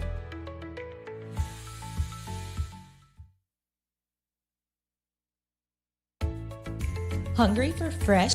Christmas is coming fast, and Russell Do It Centers and Building Supply is celebrating with a huge holiday giveaway you won't want to miss. Now through December 19th, visit any Russell Do It Center or Russell Building Supply locations and enter for your chance to win. Every in-store registration puts you in the running for a $100 gift card, and one lucky winner will take home the grand prize, a $1,000 shopping spree. It's Russell's way of saying thank you to the community. Stop in, sign up, and enjoy the season.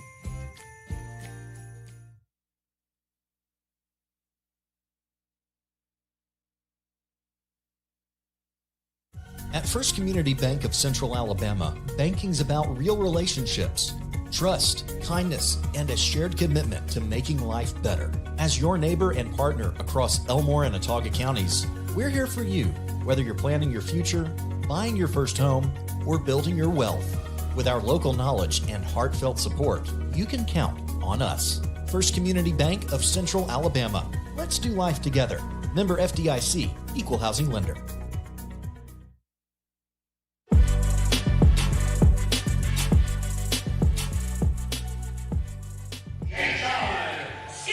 Just about time now for tip-off between the Indians and the Tigers in the boys matchup as we get ready to get things underway. It's time for our starting lineups presented by First Community Bank. Local people, local decisions, and a commitment to community. For the Indians, we'll see Jeremiah Smiley along with Chris Robinson here tonight. We'll also see Andrew Voiles, Tom Suddeth getting the start tonight as well. And then we'll see on the floor tonight for this Indians team, Jeremiah Smiley. Indians in their gold uniforms tonight as they take on the Tigers in their all whites with purple lettering here. Indians will win the tip-off. Andrew Voiles will drive inside immediately, and Voiles will get the opening bucket just 5 seconds into this one. And a quick two to start off this game for Voiles is something that Coach Thomas definitely wants to see. Tallassee looking for an answer after that first possession as Jaden Gordon tried to drive inside, couldn't get the lay, and Indians back on the offensive already. Voiles kicking out here to Smiley. Smiley will give to Robinson. Robinson will slow everything down for this Indians team. He'll look to pass inside there. Ballard had a wide open position to dunk it down, but instead lost control of it. Tallassee now on the attack here. Monkia Hooks drives in and goes up and under to get it. And tied up 2 each. And a very unlucky break right there for Ballard on that dunk attempt. Ballard had a chance to redeem himself there as he got a pass in the paint. Couldn't make the shot, but he does draw a foul off Roderick Green. Didn't get a chance to tell you who the starting five is for the Tigers. Roderick Green is on the floor along with Antonio Hooks. Jaden Gordon out there as well with Jashun Skipper. And rounding out their starting five is Monkia Hooks. First free throw there from Caleb Ballard is good to give the Indians a 3-2 lead. We're 1 minute into this first quarter. Second free throw, good as well. 2 for 2 there from Caleb Ballard at the line. And already starting off strong from the line is something that we don't see usually from our big man Caleb Ballard, but love to see it tonight. A charge is called there early on in the possession, and it brings a turnover quickly. Robinson inbounding for the Indians.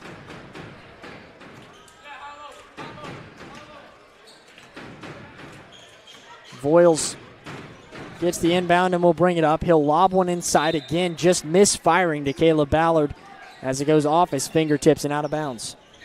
Yeah, and good look again by Voiles to find Ballard, but Ballard just can't seem to hold onto the ball and get to go in the hoop. Antonio Hooks will pass up top to Jaden Gordon. Gordon now will step up, take a long two that's off the mark. Monkia Hooks with a rebound and a putback that goes and ties it up 4 each. And the Indians in the paint on defense need to lock it down a bit better. Haven't been doing that well tonight. Tom Suddeth in the post there, lost control of it. It was picked up by Antonio Hooks. Timeout called by the Tigers. With 6:16 left in the first quarter, we're all knotted up with a 4-4 score on the Collier Ford Wetumpka Sports Network.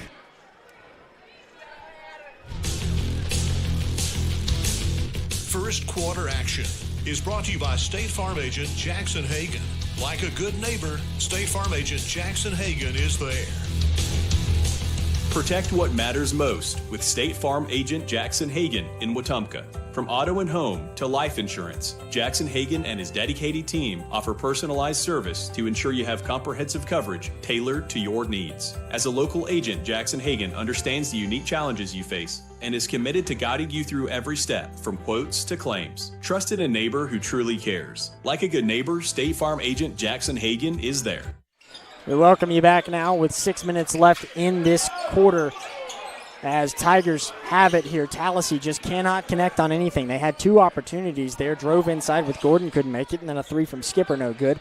Voiles will try his luck for 3 and is much more successful than the Tigers are. Yeah, and has been this whole season, and love to see it tonight, especially coming off hot off that first layup off the tip-off, but love to see him getting hot from 3 as well. 7-4 the score for the Indians. A 3-pointer now from Jaden Gordon off target. Rebound, though, and a putback still missing is Monkia Hooks. Robinson now driving inside, takes a pull-up jump shot from the line and can't make it. More opportunities here. Ballard missed, but Robinson gets down under and makes it. Yeah, and the Indians showing off their size tonight with 2 big guys down in the paint, Tom Suddeth and Caleb Ballard, both standing at 6'2 plus, being a very big presence there. 3-pointer for the Tigers, way off the mark. Antonio Hooks couldn't connect. 2 more opportunities before it is rejected by Tom Suddeth. Now driving in, Jaden Gordon. He'll try and pass it, but a little bit of contact knocks it out of play. Last touched allegedly by Wetumpka. Tom Suddeth sent that one flying almost to the half-court line. And what a great job by him right there. That time, Jashawn Skipper will get it inbounds from the baseline. Antonio Hooks up top. He'll try to bounce pass it, but it is knocked off the leg of Chris Robinson. Mentioned a week ago, Antonio Hooks and Monkia Hooks. We'll see both of them play tonight. They are cousins. It's Antonio who has it right now on the floor. He'll bounce pass to his cousin Monkia. Now passing to Skipper. He'll find a man there in Mark Griffin, who gives right back to Skipper again. Now driving inside for Tallassee. This is Jaden Gordon. He couldn't make anything either as it's picked up. Here comes Jeremiah Smiley, who has it stolen away now as well. Tallassee running out of real estate on their way down the floor, but a foul is called. This one will go against Andrew Voiles. And in my opinion right there, Voiles just did a great job at boxing out and not allowing him to get down the court with a free sideline. But the refs seem to say that he pushed him out with his body, I presume, but it didn't seem like that to me. Skipper will inbound for the Tigers. He gives to Antonio Hooks. Hooks will pass to Gordon, and Gordon back to Skipper. Looking up top now, it's Antonio Hooks. Pulls one from the top of the key, off the mark. Rebound, Caleb Ballard. Voiles now will bring it up. Less than 4 minutes left in the first quarter. 3-pointer from Voiles off the front rim. Picked up, though, by Chris Robinson, and the Indians with another opportunity. Back to Voiles, second chance, and it is the charm. Money from Andrew Voiles to make it 12-4. Yeah, and Andrew Voiles already lighting it up from 3, 2 for 3 right now, and doing a great job on offense. A floater from Jaden Gordon as he drove inside. He airballed from about 6 feet away, and it goes out of bounds. 12-4 now. Wetumpka already with an 8-point lead. 3:20 left in the first quarter. And the Indians already starting to build some momentum on offense here, which is something we didn't really see in the Prattville game, and it's great to see now against Tallassee. Voiles will pass a three-pointer from Robinson off target. Indians were trying to get the rebound. Miller Lombardi, who just entered, will have it go off him. Lombardi out there along with Voiles, Robinson, Suddiff, and Caleb Ballard. Gordon walking his way up the floor for Tallassee. He'll give now to Skipper. Skipper will try to drive inside, but a little bit of contact first, and Miller Lombardi is going to get his first foul. 2:49 left in the quarter. And entering fresh off the bench, Miller Lombardi probably still has some nerves in him that he probably wants to get out, and didn't play, I believe, against Marbury, so hopefully just getting warm back into the game. Antonio Hooks there with a pass that is stolen away. Lombardi was involved in that, as was Ballard. And now Robinson bringing it up. 2:30 left in the first quarter. Pass to Voiles on the near wing. He'll go back up top with Lombardi. His pass now is deflected, almost taken away, but the Indians pick it back up. That creates a mismatch and an open man in Voiles, who cashes in another three. He's got 3 of them already. Yeah, and Andrew Voiles has been lighting up from three-point range already with double-digit points already, 11 points, in this first quarter. Three-pointer off target there for the Tigers. Antonio Hooks couldn't connect. Voiles has it again. He'll try and drive inside from the far corner, and he will lay that one up and in. What a start for Andrew Voiles in this first quarter of play. He's already picked up 13 points. Timeout is called by Tallassee. There's 1:56 left to play in this first quarter. We'll take a quick break on the Collier Ford Wetumpka Sports Network. Safety starts with Montgomery Fire Equipment Company. From inspections and extinguisher service to full fire suppression systems, businesses across Alabama trust our team to protect what matters most. And now, we're hiring. We're looking for new fire technicians to join our team. If you're hardworking and ready to make a difference, this is your chance. Montgomery Fire Equipment, protecting people, property, and progress.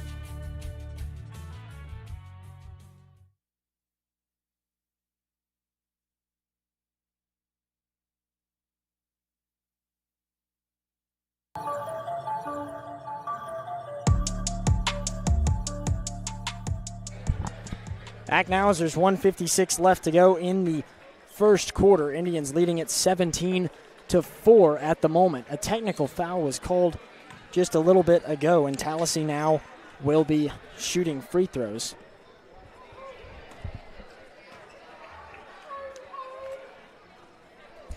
First free throw attempt there is missed. It's Deshaun Skipper who's at the line. I did miss who that went against. Second attempt now is successful, and it makes it 17-5. Tigers will inbound now with possession.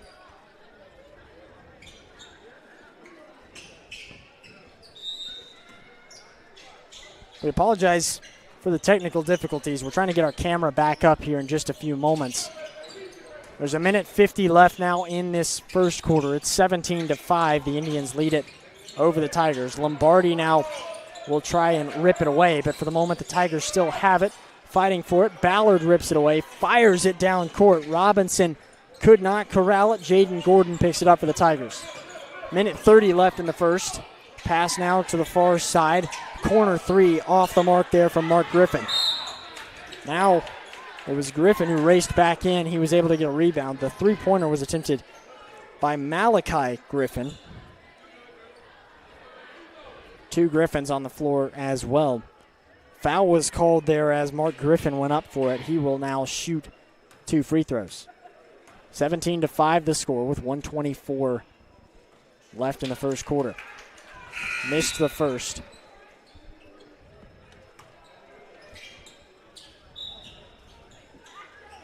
That's Miller Lombardi's second foul early in this one, so he's going to get traded out for Jordan Hill here, as LT Davis will also come in for Andrew Wills. Second free throw now from Mark Griffin. It is in and out and can't make it. Indians get the board with Caleb Ballard. There's 1:20 left in the first. Chris Robinson will bring it up. Robinson passes inside. Tom Suddeth has some room. Kicks back out instead to Jordan Hill. Now back into Ballard. Gives to Hill. Back up top again to Robinson. And now a pass around the horn here. They finally go back inside. Ballard up to Robinson. He'll pull a three now off target. Rebound, though, there by Jordan Hill. Misses the jumper as Tallassee saves it from going out. They give it to Malachi Griffin on a fast break. He runs out of room, loops back around, can't make the lay, and Suddeth gets the rebound. 40 seconds left in the first quarter. And great hustle by the Indians to get back on defense after what was a missed shot by Jordan Hill, but also a good pass by Tallassee to get down court. Suddeth in the paint. He will drive inside and will draw a foul. Suddeth now shooting 2 free throws. Something that Wetumpka needs to take advantage of here are these free throws as they lead by 12. Yeah, and I completely agree with that. Wetumpka has been struggling from the free throw line. It's also been the girls as well, but the girls have and the boys have had their fair struggles each for the free throw line. So Tom Suddeth missing that first free throw doesn't really help the Indians, but hopefully he can make the second one. 32 seconds left in this quarter. Suddeth will shoot his second free throw, misses that one. Whistle is blown, though. Indians want to make a substitution here before they resume play. And it looks like they're going to call a foul on Caleb Ballard right here for an over the back, and the Tallassee Tigers are already in bonus, so they're going to be shooting 2 free throws. It's going to be Chase at the line.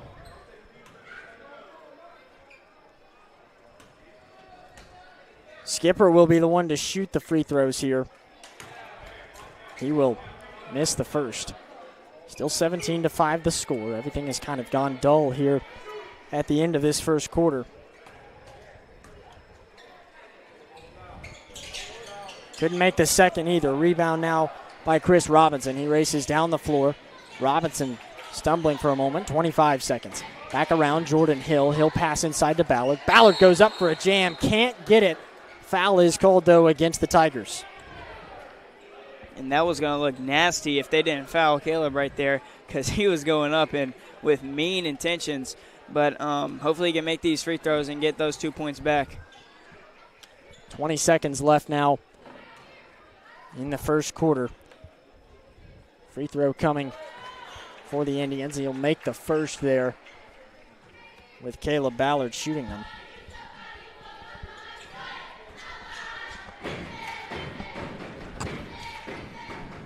Second free throw now for the Indians. Ballard will make that one, and it makes it 19-5. Wetumpka with the advantage over the Tigers.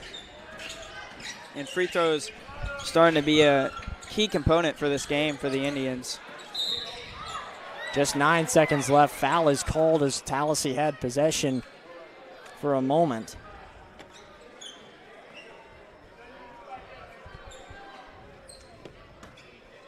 These refs are calling everything on the Indians, and the Indians really can't afford that right now, having seven fouls and just not doing that well at keeping their hands up on defense. Skipper will shoot the free throw. There he was off the mark. It's 19-5. We do have our camera back up again. We apologize for the technical difficulties there for our YouTube and Facebook viewers. Second free throw is good from Jashawn Skipper. It's 19-6 now with 9 seconds left in the first quarter. Indians with it, they give to Smiley, or pardon, that is Ballard. He'll try and drive in. A foul is called with 0.7 on the clock here in this first quarter.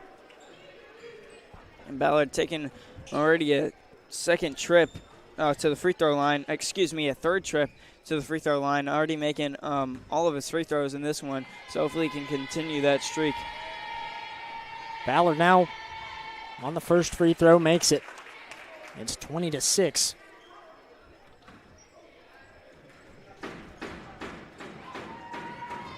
Second free throw from Ballard.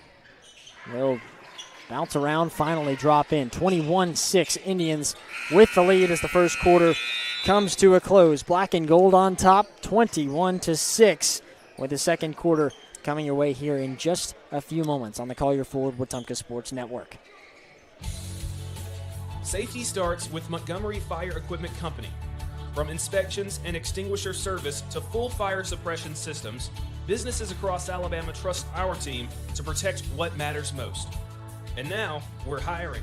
We're looking for new fire technicians to join our team.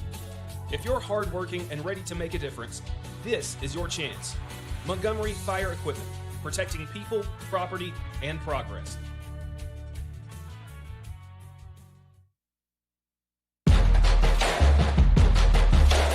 Second quarter action is brought to you by Golf Video, live event and video production elevating your next project. Let Jackson Dean and his team make your event look like $1 million. Online at golfvideo.io. Wetumpka leads 21-6 as we begin the second quarter. Tallassee with possession to start the second period. Driving inside here is Jaden Gordon. He will lose control of it, goes out of bounds, but stays in favor of Tallassee. Great defense by Tom Sudduth right there. Being face-to-face with his man and not letting up anything easy in the paint and saying that it's his paint. Gordon gets the inbound. He'll try and drive inside, has some room in the lane, dishes over to John Carter. He goes up for it and is denied by Tom Sudduth. And Tom has had plenty of blocks this game already, being a major defensive threat in the paint, even when Caleb Ballard isn't in the game. Tallest man on the floor right now is Sudduth.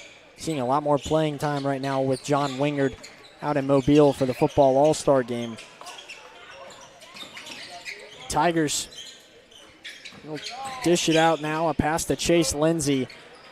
Lindsey drove in, couldn't do anything with it as Robinson picks it up. He gives to Voiles, pulling a three-pointer. Voiles again nails it. His fourth made three now.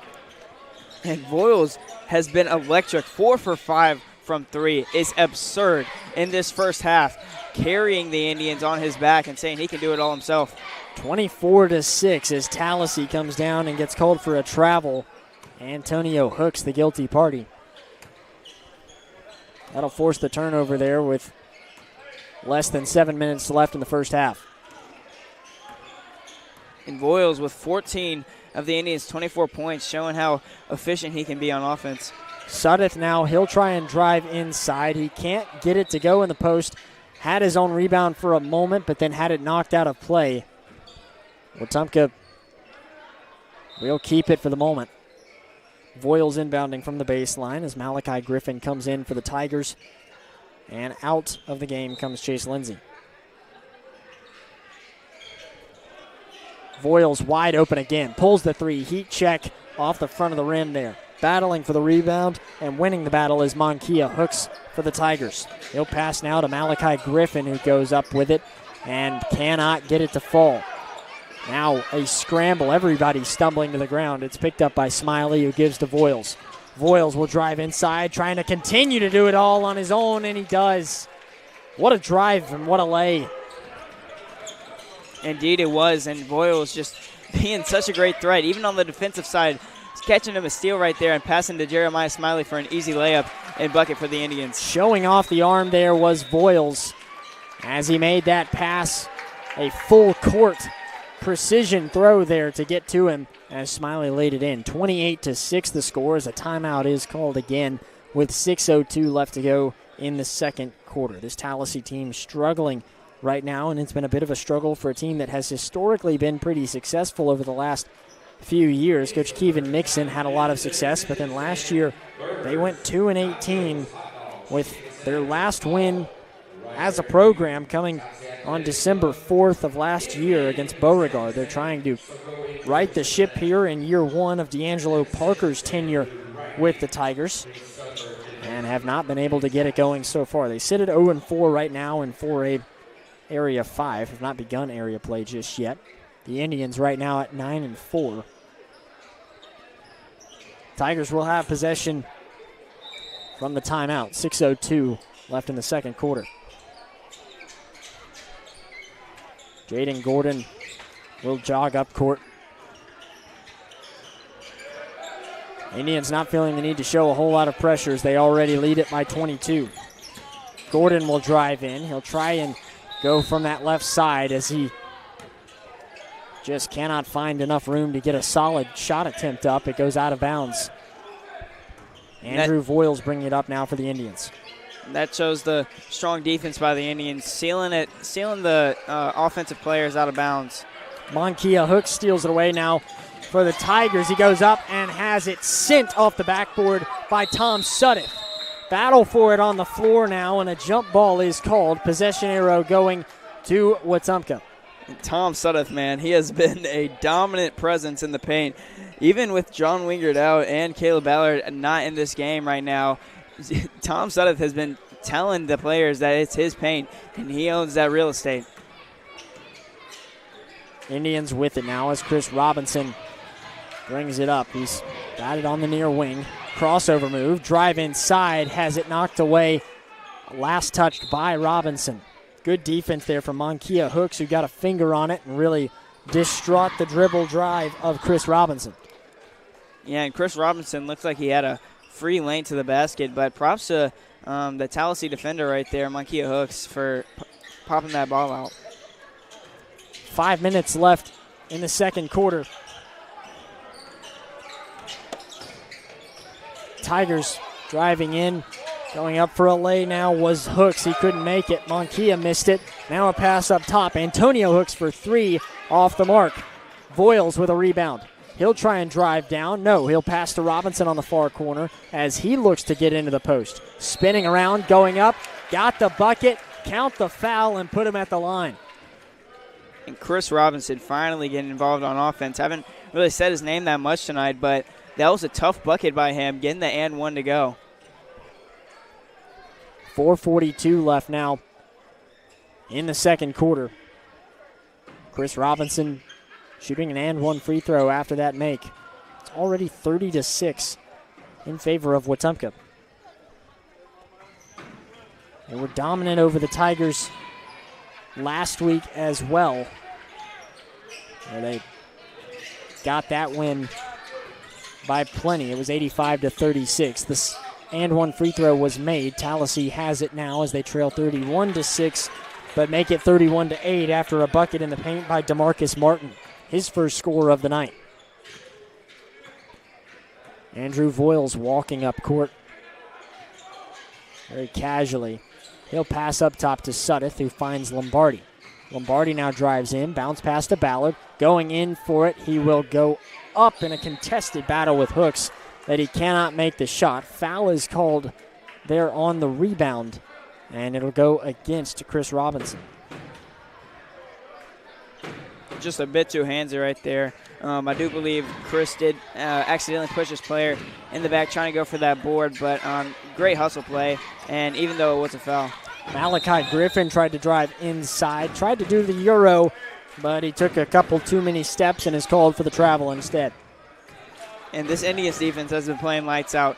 Not even double-digit points for the Tallassee Tigers in this first half. So props to the Indians defense for playing amazing this whole half. Less than 4 minutes left in the second quarter. Sudduth in the paint now. He'll go up and will draw a foul.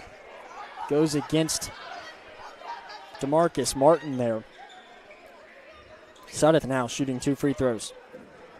And going against a scrappy Tallassee defense, going up in the paint at a 6'2 frame with Tom Sudduth, that's something that you're going to do every time and get the foul every time as well. Free throw from Sudduth is good. Makes it 32-8. He's got one more coming.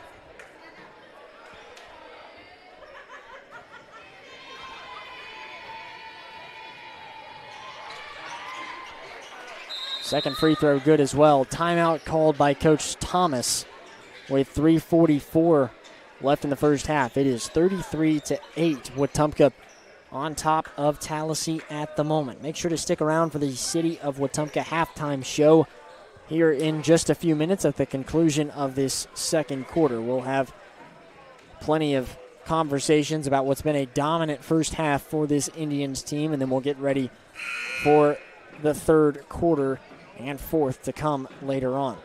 Precision Floor Care is your local experts for tile, grout, stone, brick, and concrete. From cleaning and sealing to full decorative finishes, they deliver precise results every time. Trust Brent Turner and the hometown team that cares about our community. Call Precision Floor Care today or visit callpfc.com. Tigers with it again, but they immediately lose control of it. Picking it up now is Robinson. He'll drive down, back away from it, give to Lombardi. He looks for a floater now that's off target. Rebound by Ballard, who's wide open to be able to put it back up. And Mel Lombardi's going to say that one was a pass with how wide open Ballard was off the rebound. Tallassee now with a chance to answer. They had two opportunities. One of them was tipped by Suddeth, but then finally they do draw a foul on that third effort. DeMarcus Martin there going up for it to send himself to the stripe. And an unneeded foul right there from Miller, just behind the man, and no need to really go up with him and draw that foul because Tom Suddeth was in the paint and looked like he had him covered. Martin made the first free throw, makes it 35-9, with another free throw coming. Second one good as well, 35-10 now with 3:26 left in the second quarter. Voiles directing traffic, looking. Now he'll try to pass inside to Ballard, but it is knocked away and stolen by DeMarcus Martin. Tigers back down court here. Antonio Hooks giving to Skipper, who passes back to Martin. Skipper again. He'll pull a three. That is no good. Ballard going up for a rebound and knocking it out of bounds. Roger Green inbounding from the baseline. 3 minutes flat left in the quarter. Driving down inside is Hooks. He kicks back out. Now a jumper from DeMarcus Martin from the elbow of the free throw line. And he will connect. 35-12. And if you're the Tallassee Tigers, these are the looks that you want to get if you're trying to get back into this game. Robinson pulls the three, overshoots it from the near corner, and airballs. Caught by DeMarcus Martin, who gives to Hooks. Back to Skipper. Pump fakes, drives down the paint. He'll pass one more time there to DeMarcus Martin, and he puts it in. Good ball movement there from the Tigers team. And the Tigers now going on a run, and the Indians need to kind of slow down the pace, not take too many threes like Chris just did in the corner. Voiles will give to Robinson. Now a pass to L.T. Davis. Back out, and a three from Voiles, who can't connect, and they should have listened to Deacon. Broderick Green now will have it. He tries to drive down as Voiles loses a shoe. He still won't make the layup. Indians get a stop out of that. They wait for Voiles to make it back down the floor, and now they pass inside to Caleb Ballard. Ballard goes up, can't get it to go, but he does draw the foul.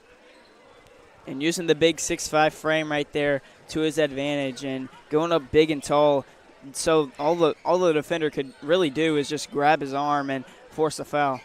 Minute 48 left in the half now, as Caleb Ballard will shoot two. Ballard, short arms off target on the first attempt.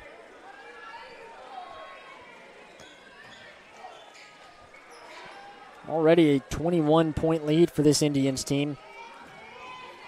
We have seen Tallassee go on a slight run here over the last couple of minutes. They missed both free throws here. That's Caleb Ballard going 0 for 2. Skipper with it. He'll pass to Hooks.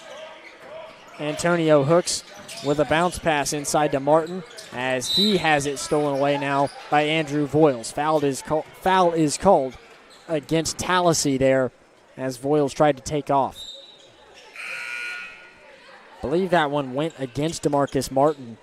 There's a minute 35 left in the half now. And great defense by Voiles on that possession right there. Just strip the ball away and also draw that foul to put the Indians even closer to the bonus.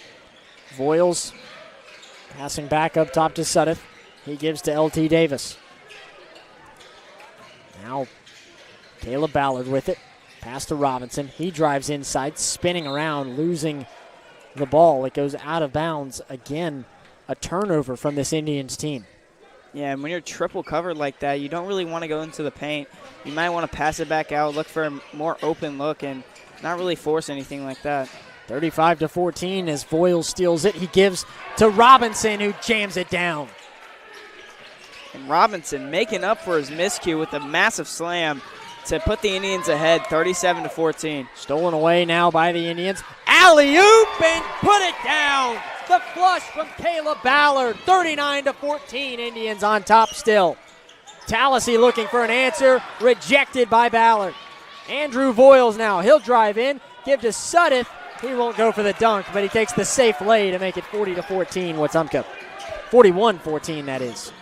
Now Voiles steals it away one more time. Multiple steals in a row. Alley-oop effort again, this time off target. Chris Robinson was the intended subject of it.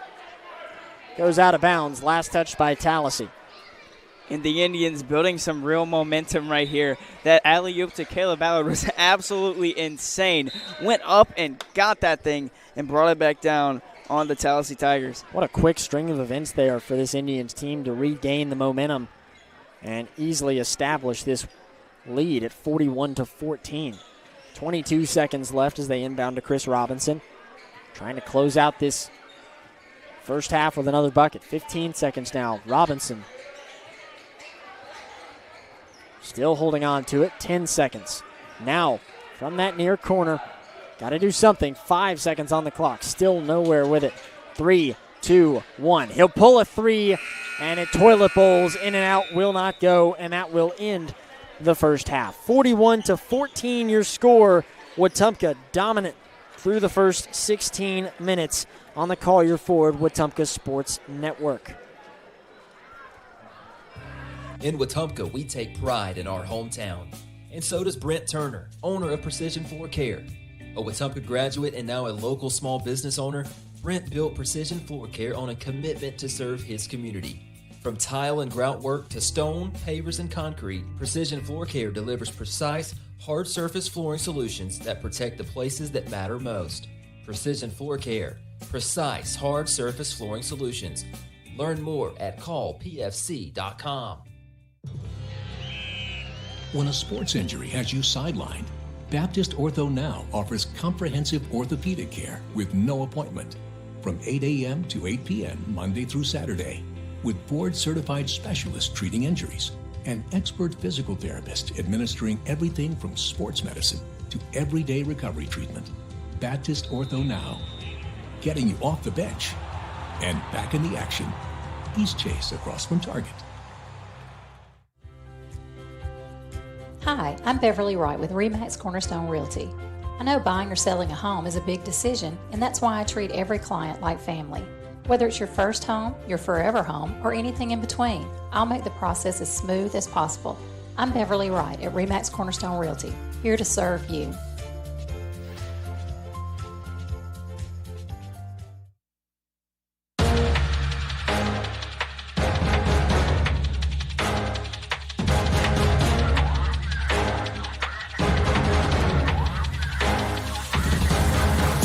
This is the City of Wetumpka Halftime Show on the Collier Ford Wetumpka Sports Network.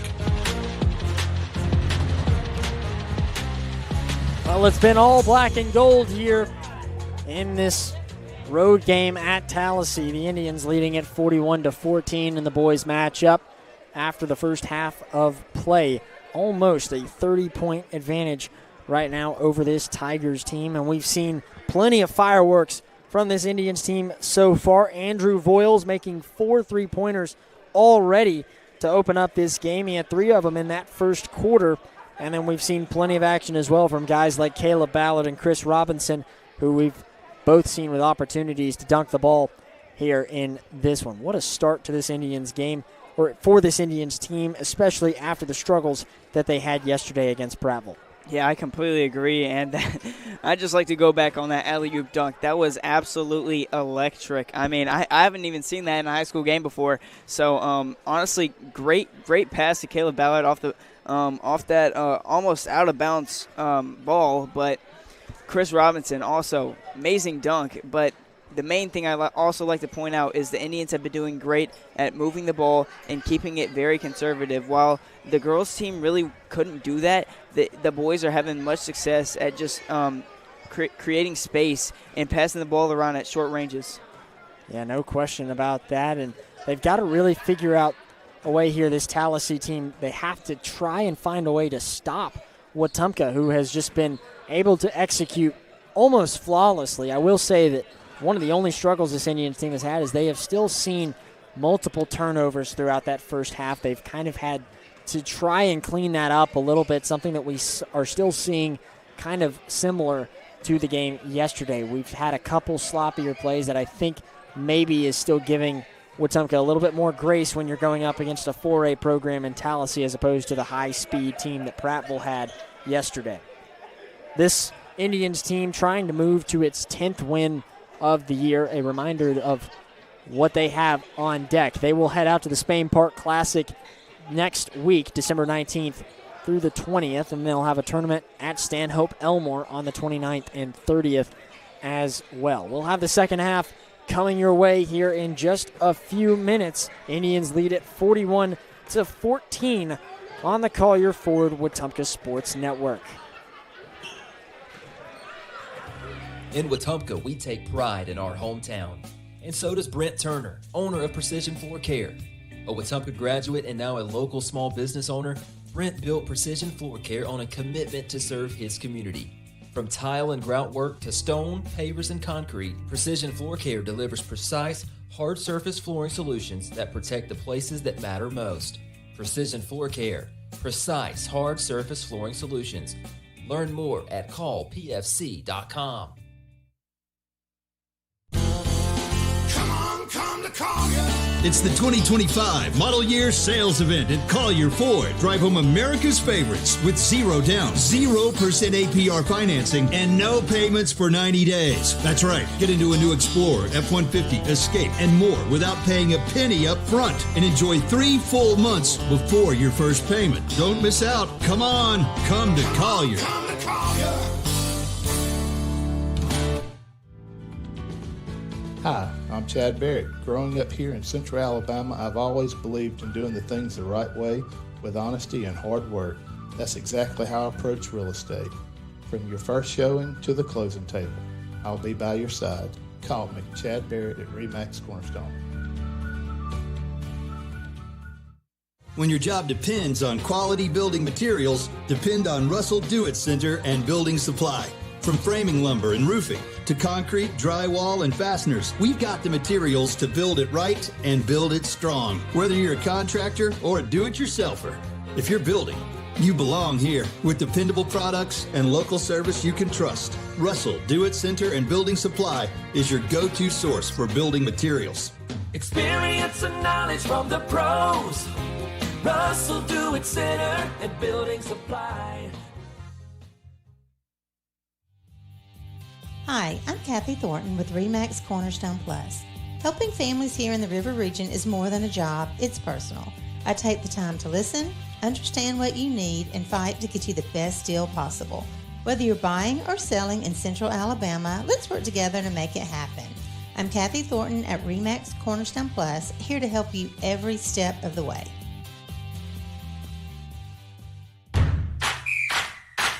.105.1 WRFS is WRFS-FM, Rockford, Alexander City, Lake Martin, Wetumpka, Prattville, Montgomery, home of the Wetumpka Indians on the Collier Ford Wetumpka Sports Network.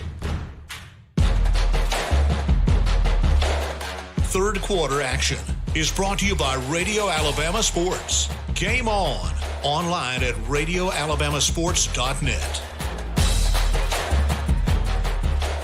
Just a couple minutes away from the second half here.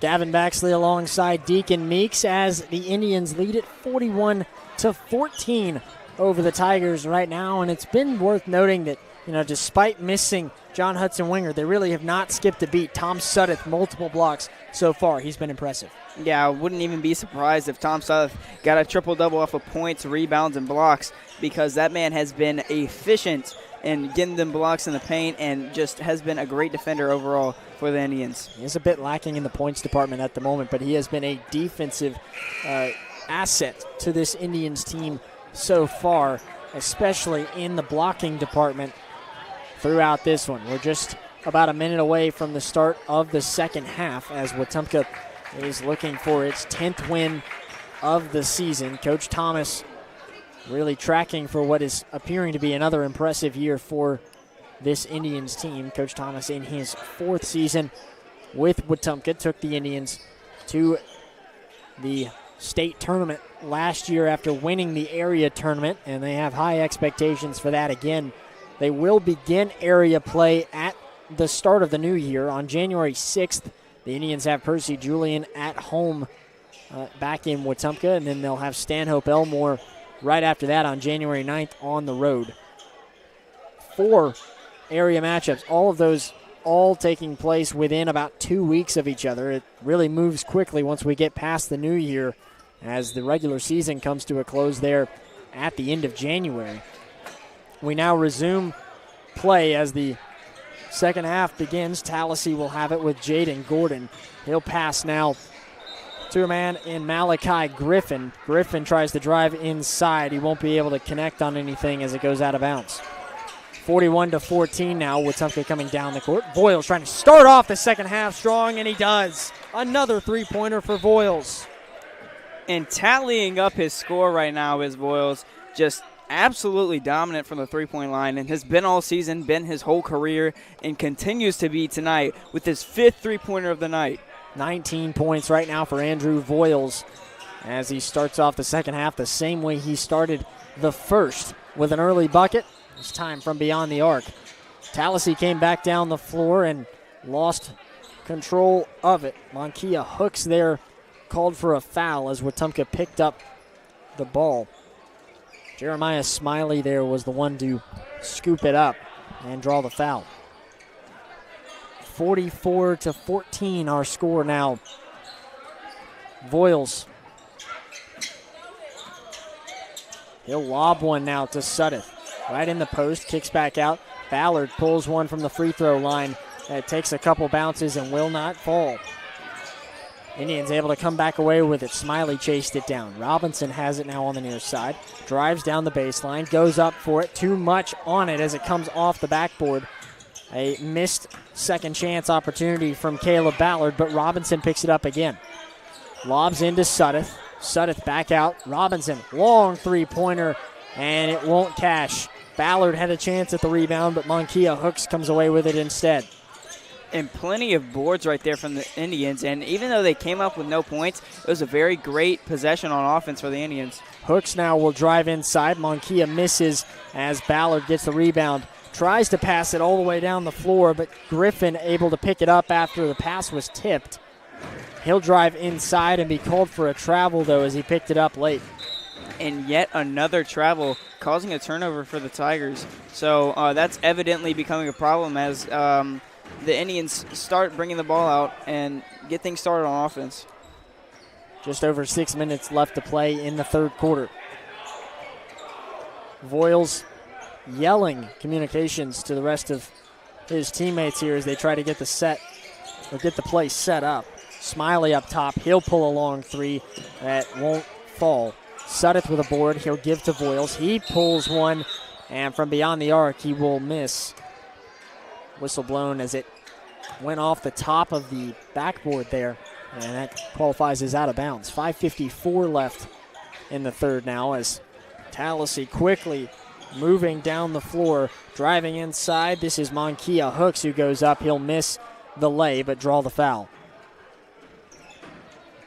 And it looked like Caleb Ballard went straight up with it, but with a tall guy like Caleb Ballard is going against a smaller dude, the refs are going to see that it looks like a foul because of the weight and height advantage, or difference, I should say.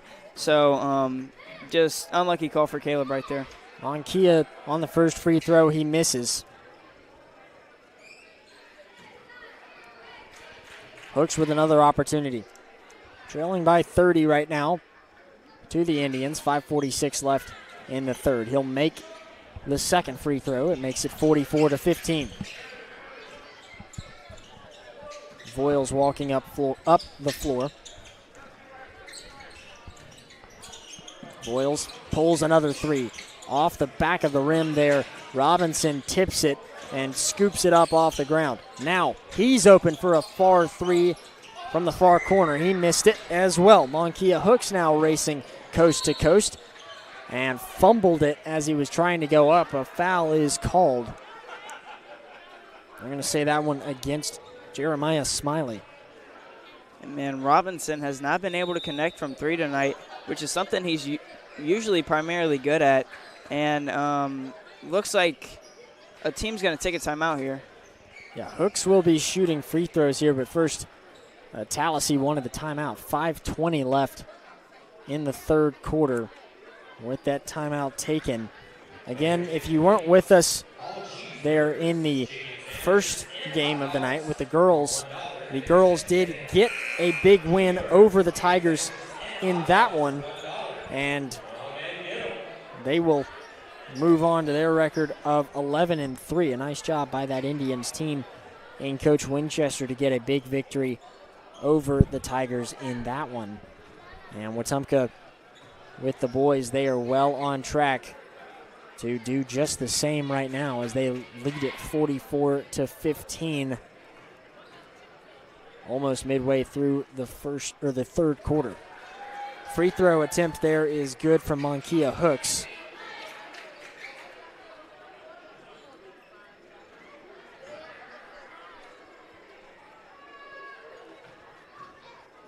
(44-16) now as Hooks will miss the second free throw. Ballard has it fall right to him, and he gets the rebound.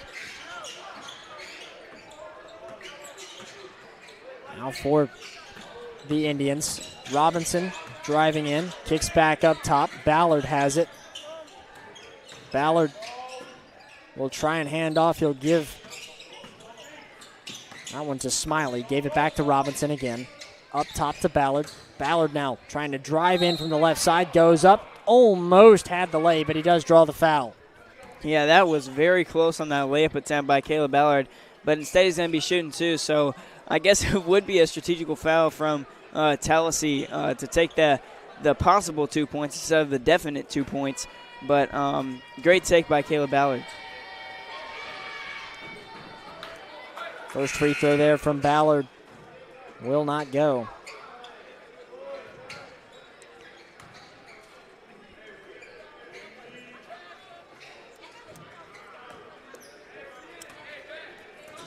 Ballard missed the first. Second one is good. Makes it 45-16 now in favor of Wetumpka. Tigers with it with Skipper. Skipper dribbling his way down court. He'll bounce pass one over to Griffin. He couldn't make the shot from under the basket. Ballard now racing. Euros. Foul is called right as he tries to fade away with a shot. Two free throws coming again for Ballard. This time the foul going against Jashun Skipper. Caleb Ballard has been thriving from the free throw line. Most of his points are from there except for 4. But Caleb Ballard right now in double digits as he makes his first free throw. Ballard went 1 for 2 on his last trip. This time is perfect, 2 for 2. 47-16, 4:30 left in the third quarter. Tigers pulling a three from the far end. Won't make it there as the miss came from Chase Lindsay. Tallassee fought for the rebound. They finally come away with it. Lindsay has it. He goes back up with it, and this time gets it to go. 47-18.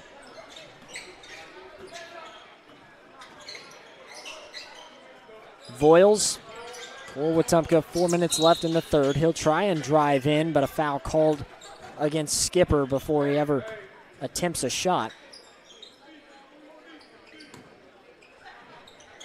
Voiles inbounding from the baseline, gives to Ballard. Passes to Robinson that goes in the backcourt. He'll touch it, and that will be a backcourt violation.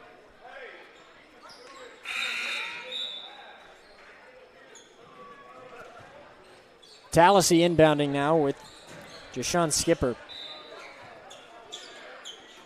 from the near sideline. He'll give it over to Jaden Gordon in the backcourt.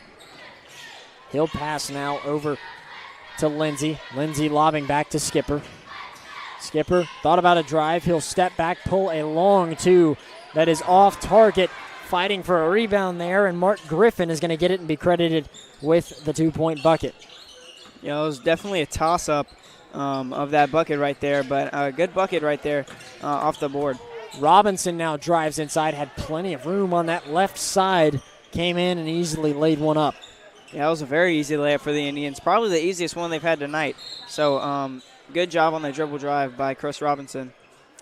Whistle there and a foul called against the offense of Tallassee. That was off the ball, and believe it went against Mark Griffin there. Forces the turnover. It's 49-20 Wetumpka with 3:15 left in the third.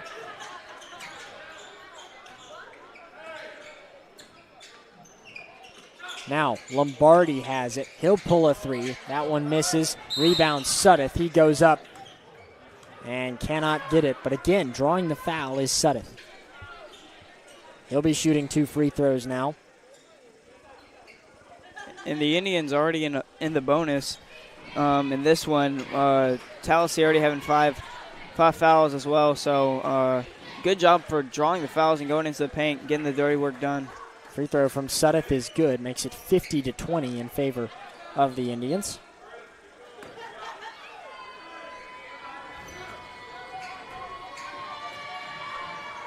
Second free throw for Suddeth, good as well.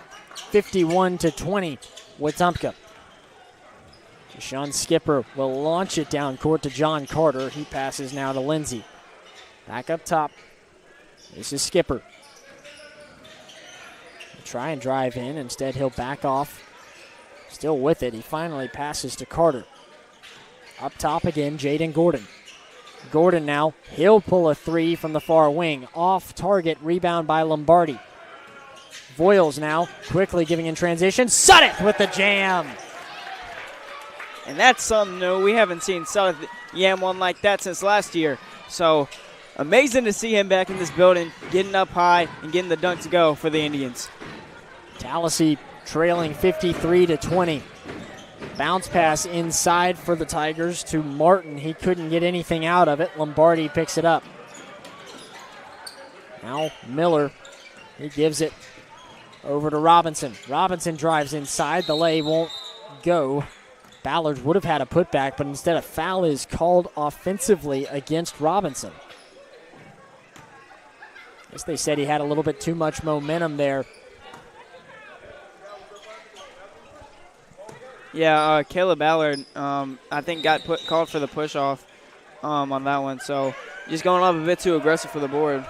Yeah, I think you're right, actually. Ballard was aggressive with it. Didn't really think they would get him for it, but they do nonetheless. 53-20 now. Wetumpka does get possession back after Tallassee turned it over. Suddeth with it. Suddeth will drive in, this time poked free.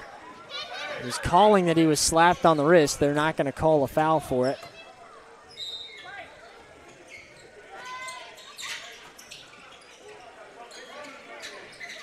Now for Wetumpka, Voiles in the near corner. He passes inside.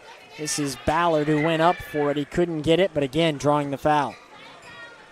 And some more free throws coming for Caleb Ballard. 2 more to be in fact. And he has been thriving. Like I'll say it again, he's been thriving from the free throw line. And already having 9 made, so hopefully he can make it 11 here. Ballard nails that one and does make it 11. Or makes it 10, that is. I guess he'll try and make it 11 here. 1:47 left in the third. Second free throw good as well from Ballard. And it is a 55-20 score in favor of Wetumpka. Tigers with it with Jaden Gordon. Gordon, a bounce pass here. Deshaun Skipper drives down the baseline. One more pass, and it opens the door for a fouled DeMarcus Martin as he went up.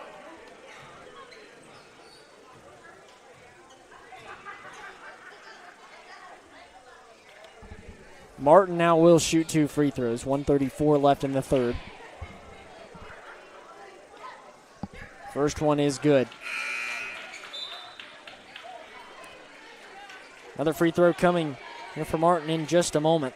Whether it's an everyday sprain, strain, fracture, or sports injury that doesn't require a trip to the ER, Baptist Ortho Now offers urgent orthopedic injury care with walk-in convenience 6 days a week. Visit online at baptisthealth.com. Second free throw, no good. Indians get the rebound. Now wide open is Lombardi on the far corner. He misses the three. Sudduth with a nice rebound. Missed the first putback. Couldn't get it on his second chance. Now one more opportunity. Missed that one as well, but again, drawing the foul. He'll go to the line.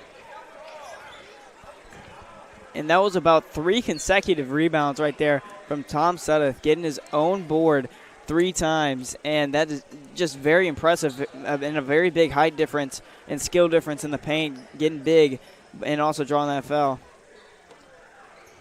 Sudduth shooting 2 with 1:18 left in the third.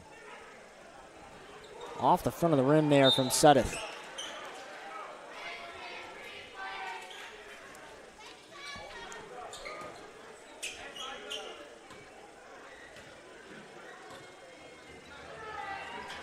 Second free throw for Tom is good. 56-21 Indians. Tigers with it again. This is Gordon who tries to drive in. A foul called as he tried to go up with 1:08 left in the third. Only made it 10 seconds between fouls there. There's been 5 each in this third quarter, as both teams are now in the bonus. Jaden Gordon shooting 2. He will have it take a couple bounces, but then can't get it to fall on the first free throw.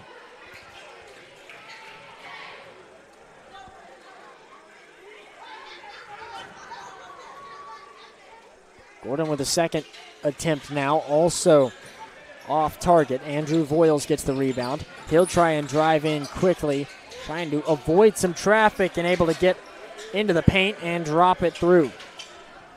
And that's something Tallassee can't have. For one, no points coming from the free throw line, and for 2, letting Andrew Voiles get a free ride to the paint. Tallassee there had an opportunity with Jaden Gordon pulling a jumper that missed. Voiles now has it. 40 seconds left in the third quarter.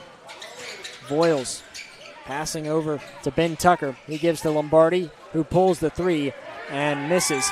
Tucker under the basket. He gets the rebound and gets it to go. And that's Ben's first points in this one, and the fans are very happy for that. Skipper now pulls a 3 and misses. Indians coming back down the way. Robinson goes up for it as he drove down the baseline, draws the foul, and gets the bucket. A very athletic play right there from Chris Robinson, going up and drawing that foul, but also getting the bucket to go, which is something we really haven't seen from the Indians. We've seen them draw the foul, but not really get the bucket to go with it. So hopefully Chris Robinson can capitalize on this 3-point chance. Robinson with the and 1 free throw off the front rim. Sudduth all by himself for the rebound. Missed a dunk, though, and Martin gets the board. Tallassee now in transition. Looked for a man inside. Hooks had driven down, and then his pass was sent out of bounds. 3 seconds left in the third quarter. Indians can inbound this and then end this third period.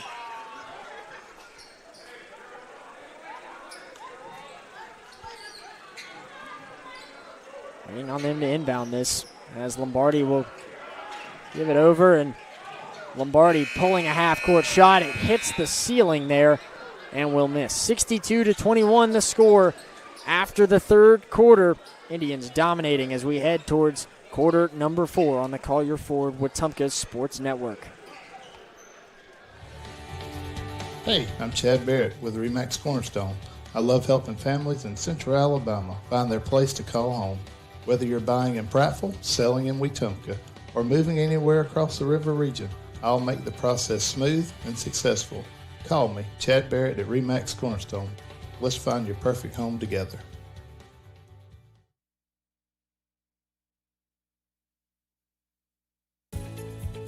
Your future starts at Central Alabama Community College.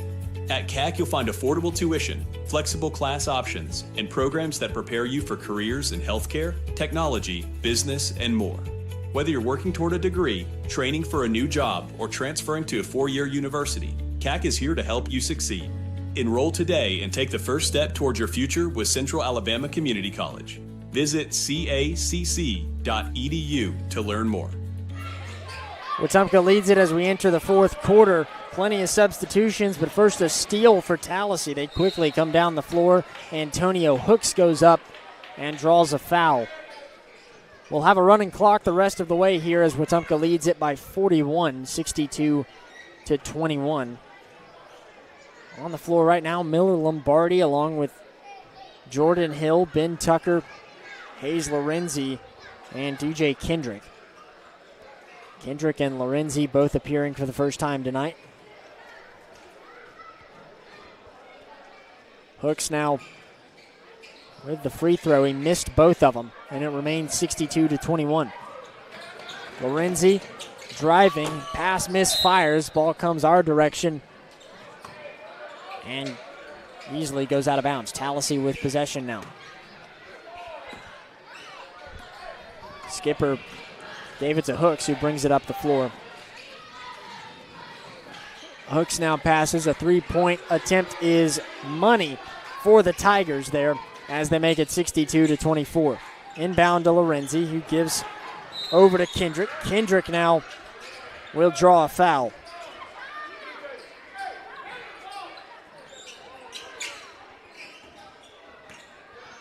Both Kendrick and Lorenzi again making their first appearances tonight. As we're down to 6:40 left. Jordan Hill with it. Hands it to Lombardi. Lombardi from way downtown misses the three. Rebound by Tucker, who couldn't get it to go up as he had it stolen away. Monkia Hooks credited with the steal. Jashawn Skipper now pulls the three from the top of the key and nails it. 62-27. And if you're the Indians, that's something that you can't let Tallassee do, is get hot from three. Lorenzi from three, in and out. No good for the Indians. And super close on that first bucket for Lorenzi, hoping to get his first three ball of tonight. Battling for possession here as Tallassee lost it for a moment. Wetumpka able to take it after Lombardi dove on the floor. Lorenzi has it now. He'll hand it to Kendrick. Drives inside, had it poked away though. Out of bounds, Wetumpka ball. Pass to Jordan Hill. Hill spinning around, hands to Lorenzi. Now Hill handed off to Kendrick. Still at the top of the key. Fires a pass to Lorenzi on the far corner. Now giving to Lombardi. Lombardi drives inside, floater off the mark. Good rebound by Lombardi, but a pass goes through the fingertips of DJ Kendrick and out of bounds. And Kendrick is going to want that one back because he looked pretty open and had a pretty good look on a shot right there, but hopefully the Indians can get it back and get their back up some points in this one. Jashawn Skipper driving down the paint for Tallassee. He draws a foul now. And we'll head to the free throw line. Foul called against Ben Tucker there for the Indians.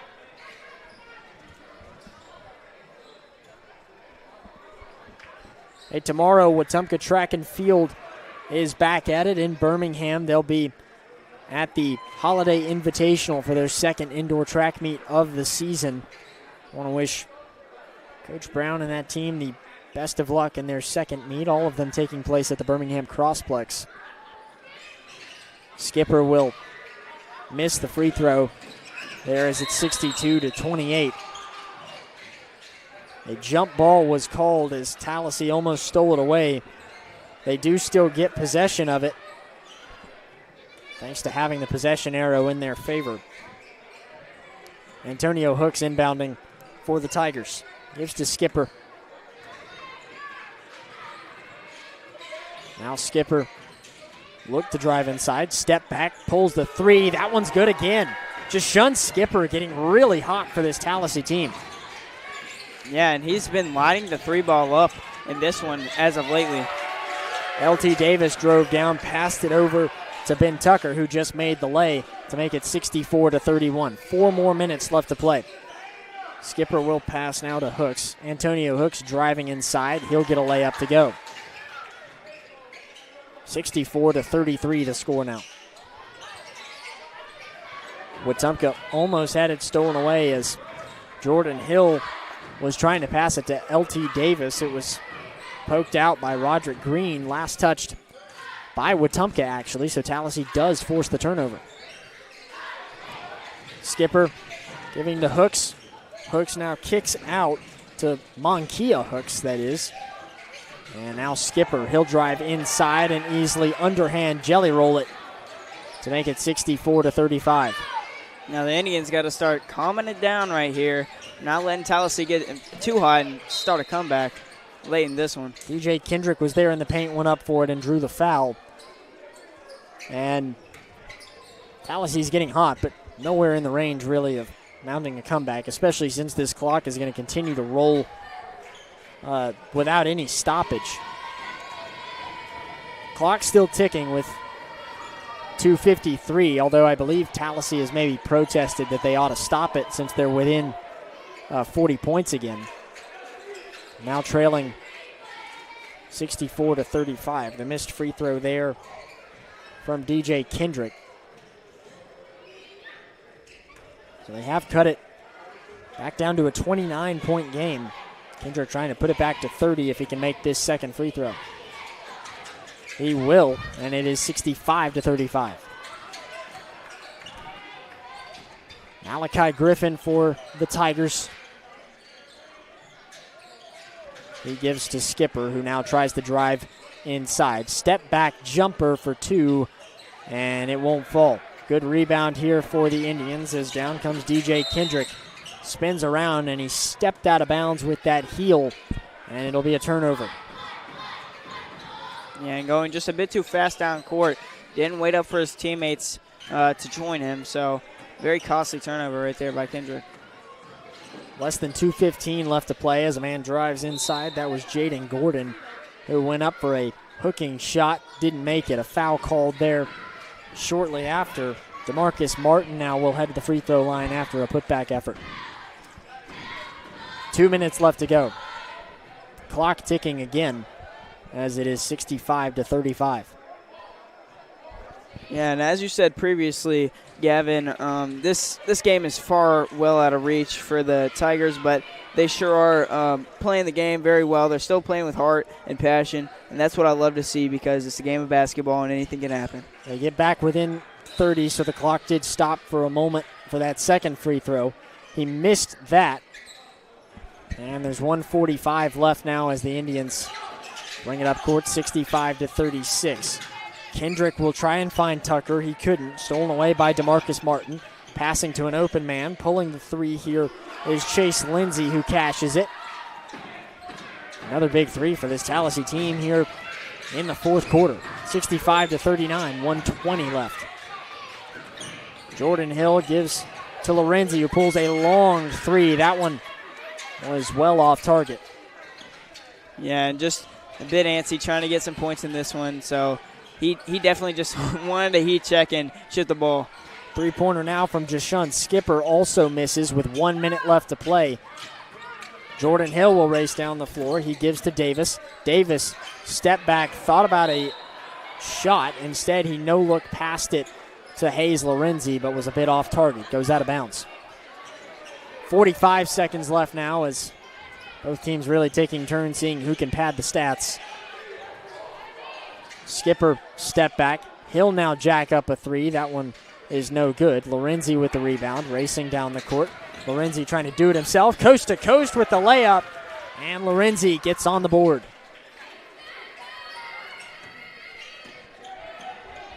(67-39). Indians with the lead here with 20 seconds left. A foul is called. Clock still ticking, and they may not get these free throws off before the game comes to an end. Down to the last 10 seconds. They're supposed to shoot 2 free throws here, but I'm not sure if they even count these if time expires, as we're down to 2-1, and that will end the ball game. Yeah, they won't even go for the free throws. That will do it. Wetumpka gets the win, 38-39 over the Tigers. Another win for this Indians team. They moved to 10-4 on the season. That brings us to our RE/MAX Cornerstone Realty Plus post-game show. When we return, we'll talk with head coach Stephen Thomas after the 67-39 win for the Indians on the Collier Ford Wetumpka Sports Network. This is Beverly Wright. What I love most about real estate in Central Alabama is helping families find the right place to call home. It's not just about houses, it's about community and the memories you'll make there. If you're ready to start your journey, I'd love to help. Call me, Beverly Wright, with RE/MAX Cornerstone Realty.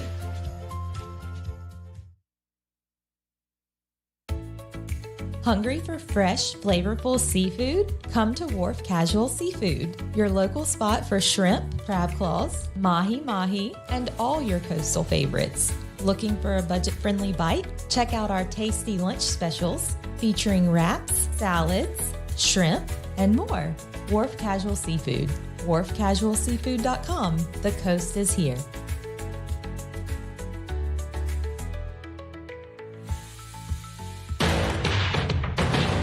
This is the RE/MAX Cornerstone Plus post-game show on the Collier Ford Wetumpka Sports Network.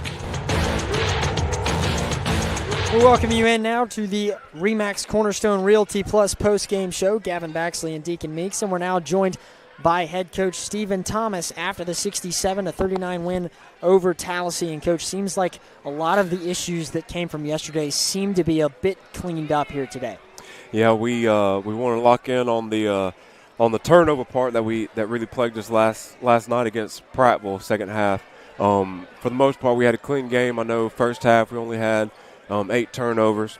Second half a little bit more sloppy, but for the most part, a clean game. What we really harped on from last night going into today.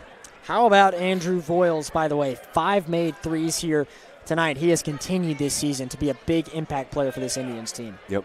From last night, shooting the ball, he wasn't as crisp as he normally is. So him coming out and just from the start, just not even thinking about last night, going up, hitting shots right off to start the game, and then continuing that streak just throughout the game, throughout the course of the game. That's really key with just being able to have that perimeter threat, being able to knock down threes just whenever there's any type of space out there. I do want to ask you, you've been missing John Hudson-Wingard for the last couple nights, and it seems like Tom Suddeth has really done a good job of stepping into that role. How has that transition been for him to have a larger role in this team over the last 2 games?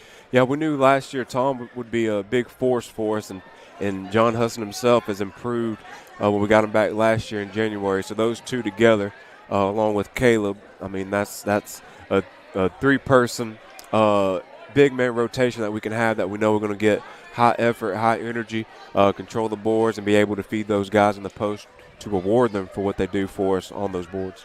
Coach, congratulations on the win. Looking forward to see how tournament play goes this next week. Oh, yes, sir. Thank you.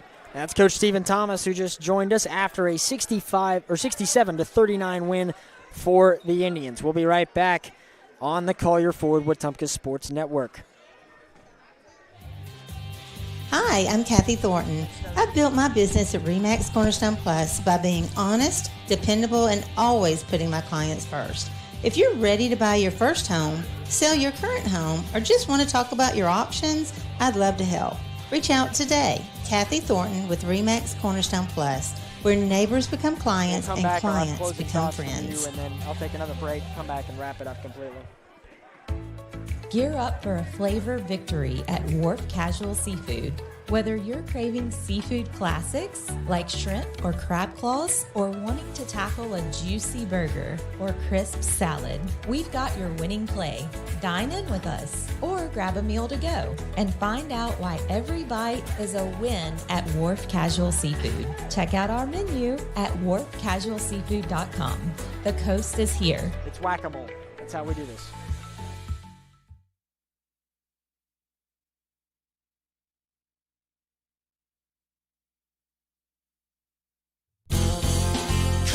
Come to Collier. It's the 2025 Model Year Sales Event at Collier Ford. Drive home America's favorites with zero down, 0% APR financing, and no payments for 90 days. That's right. Get into a new Explorer, F-150, Escape, and more without paying a penny up front. And enjoy 3 full months before your first payment. Don't miss out. Come on. Come to Collier.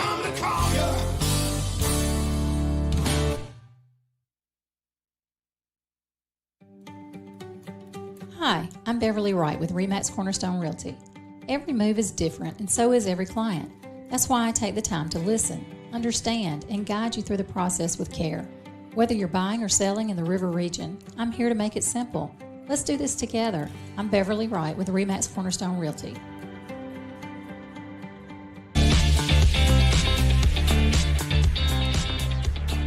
Wetumpka gets the win, 67-39 over Tallassee. A strong showing from this Indians team here tonight, and Deacon, seems like Wetumpka has started to find that rhythm once again after a tough loss yesterday. Yeah, and it especially comes from Andrew Voiles, who was he lit up the three-point line so hard. He went, I believe, 5 for 8 from 3, and was just very efficient on offense the whole game.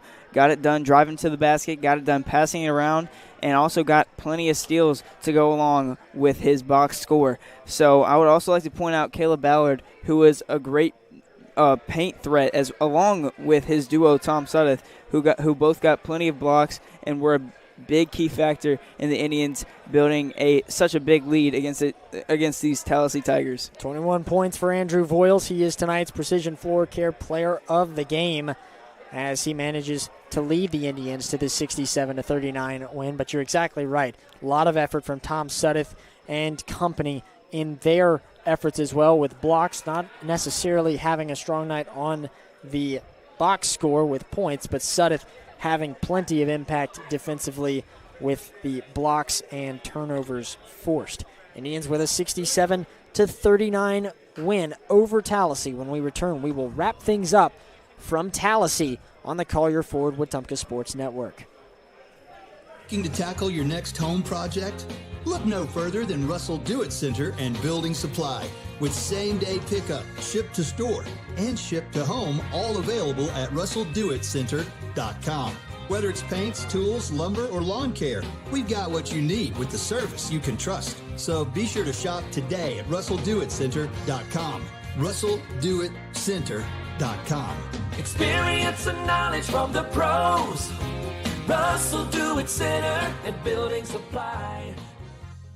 This is Kathy Thornton with RE/MAX Cornerstone Plus. I know buying or selling a home can feel overwhelming, but I promise you don't have to go through it alone. I'll guide you through every detail and keep things simple, clear, and stress-free. When you're ready to make a move in the River region, call me, Kathy Thornton, with RE/MAX Cornerstone Plus.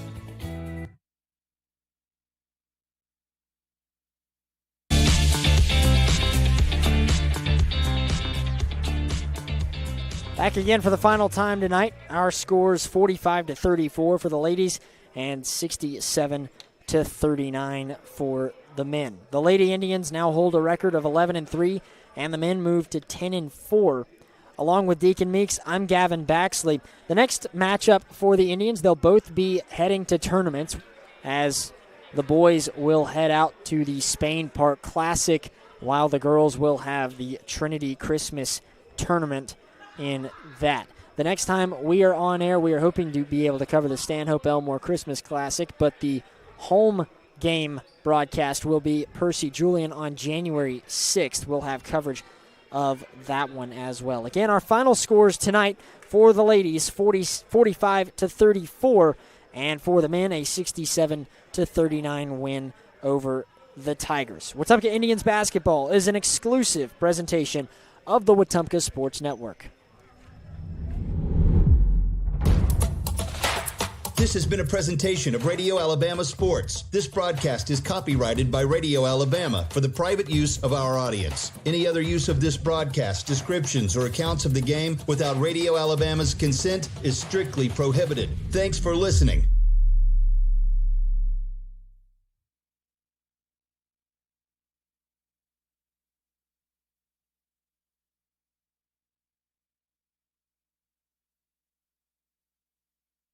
You've been listening to the Collier Ford Wetumpka Sports Network, home of the Wetumpka Indians. Presented by RE/MAX Cornerstone Realty and RE/MAX Cornerstone Realty Plus, Central Alabama Community College, and the City of Wetumpka. Sponsored in part by Collier Ford, Central Alabama Community College, RE/MAX Cornerstone Realty and RE/MAX Cornerstone Realty Plus, Baptist Health, and Baptist Ortho Now, the City of Wetumpka, Central Access, Russell Do-It Center, State Farm Agent Jackson Hagan, Wharf Casual Seafood, First Community Bank, Montgomery Fire Equipment Company, CAC Adult Learning, and Precision Floor Care. The Collier Ford Wetumpka Sports Network is a product of Radio Alabama Sports and Radio Alabama. This broadcast is copyrighted by Radio Alabama for the private use of our audience. Any other use of this broadcast, descriptions, or accounts of the game without Radio Alabama's consent is strictly prohibited. Thanks for listening.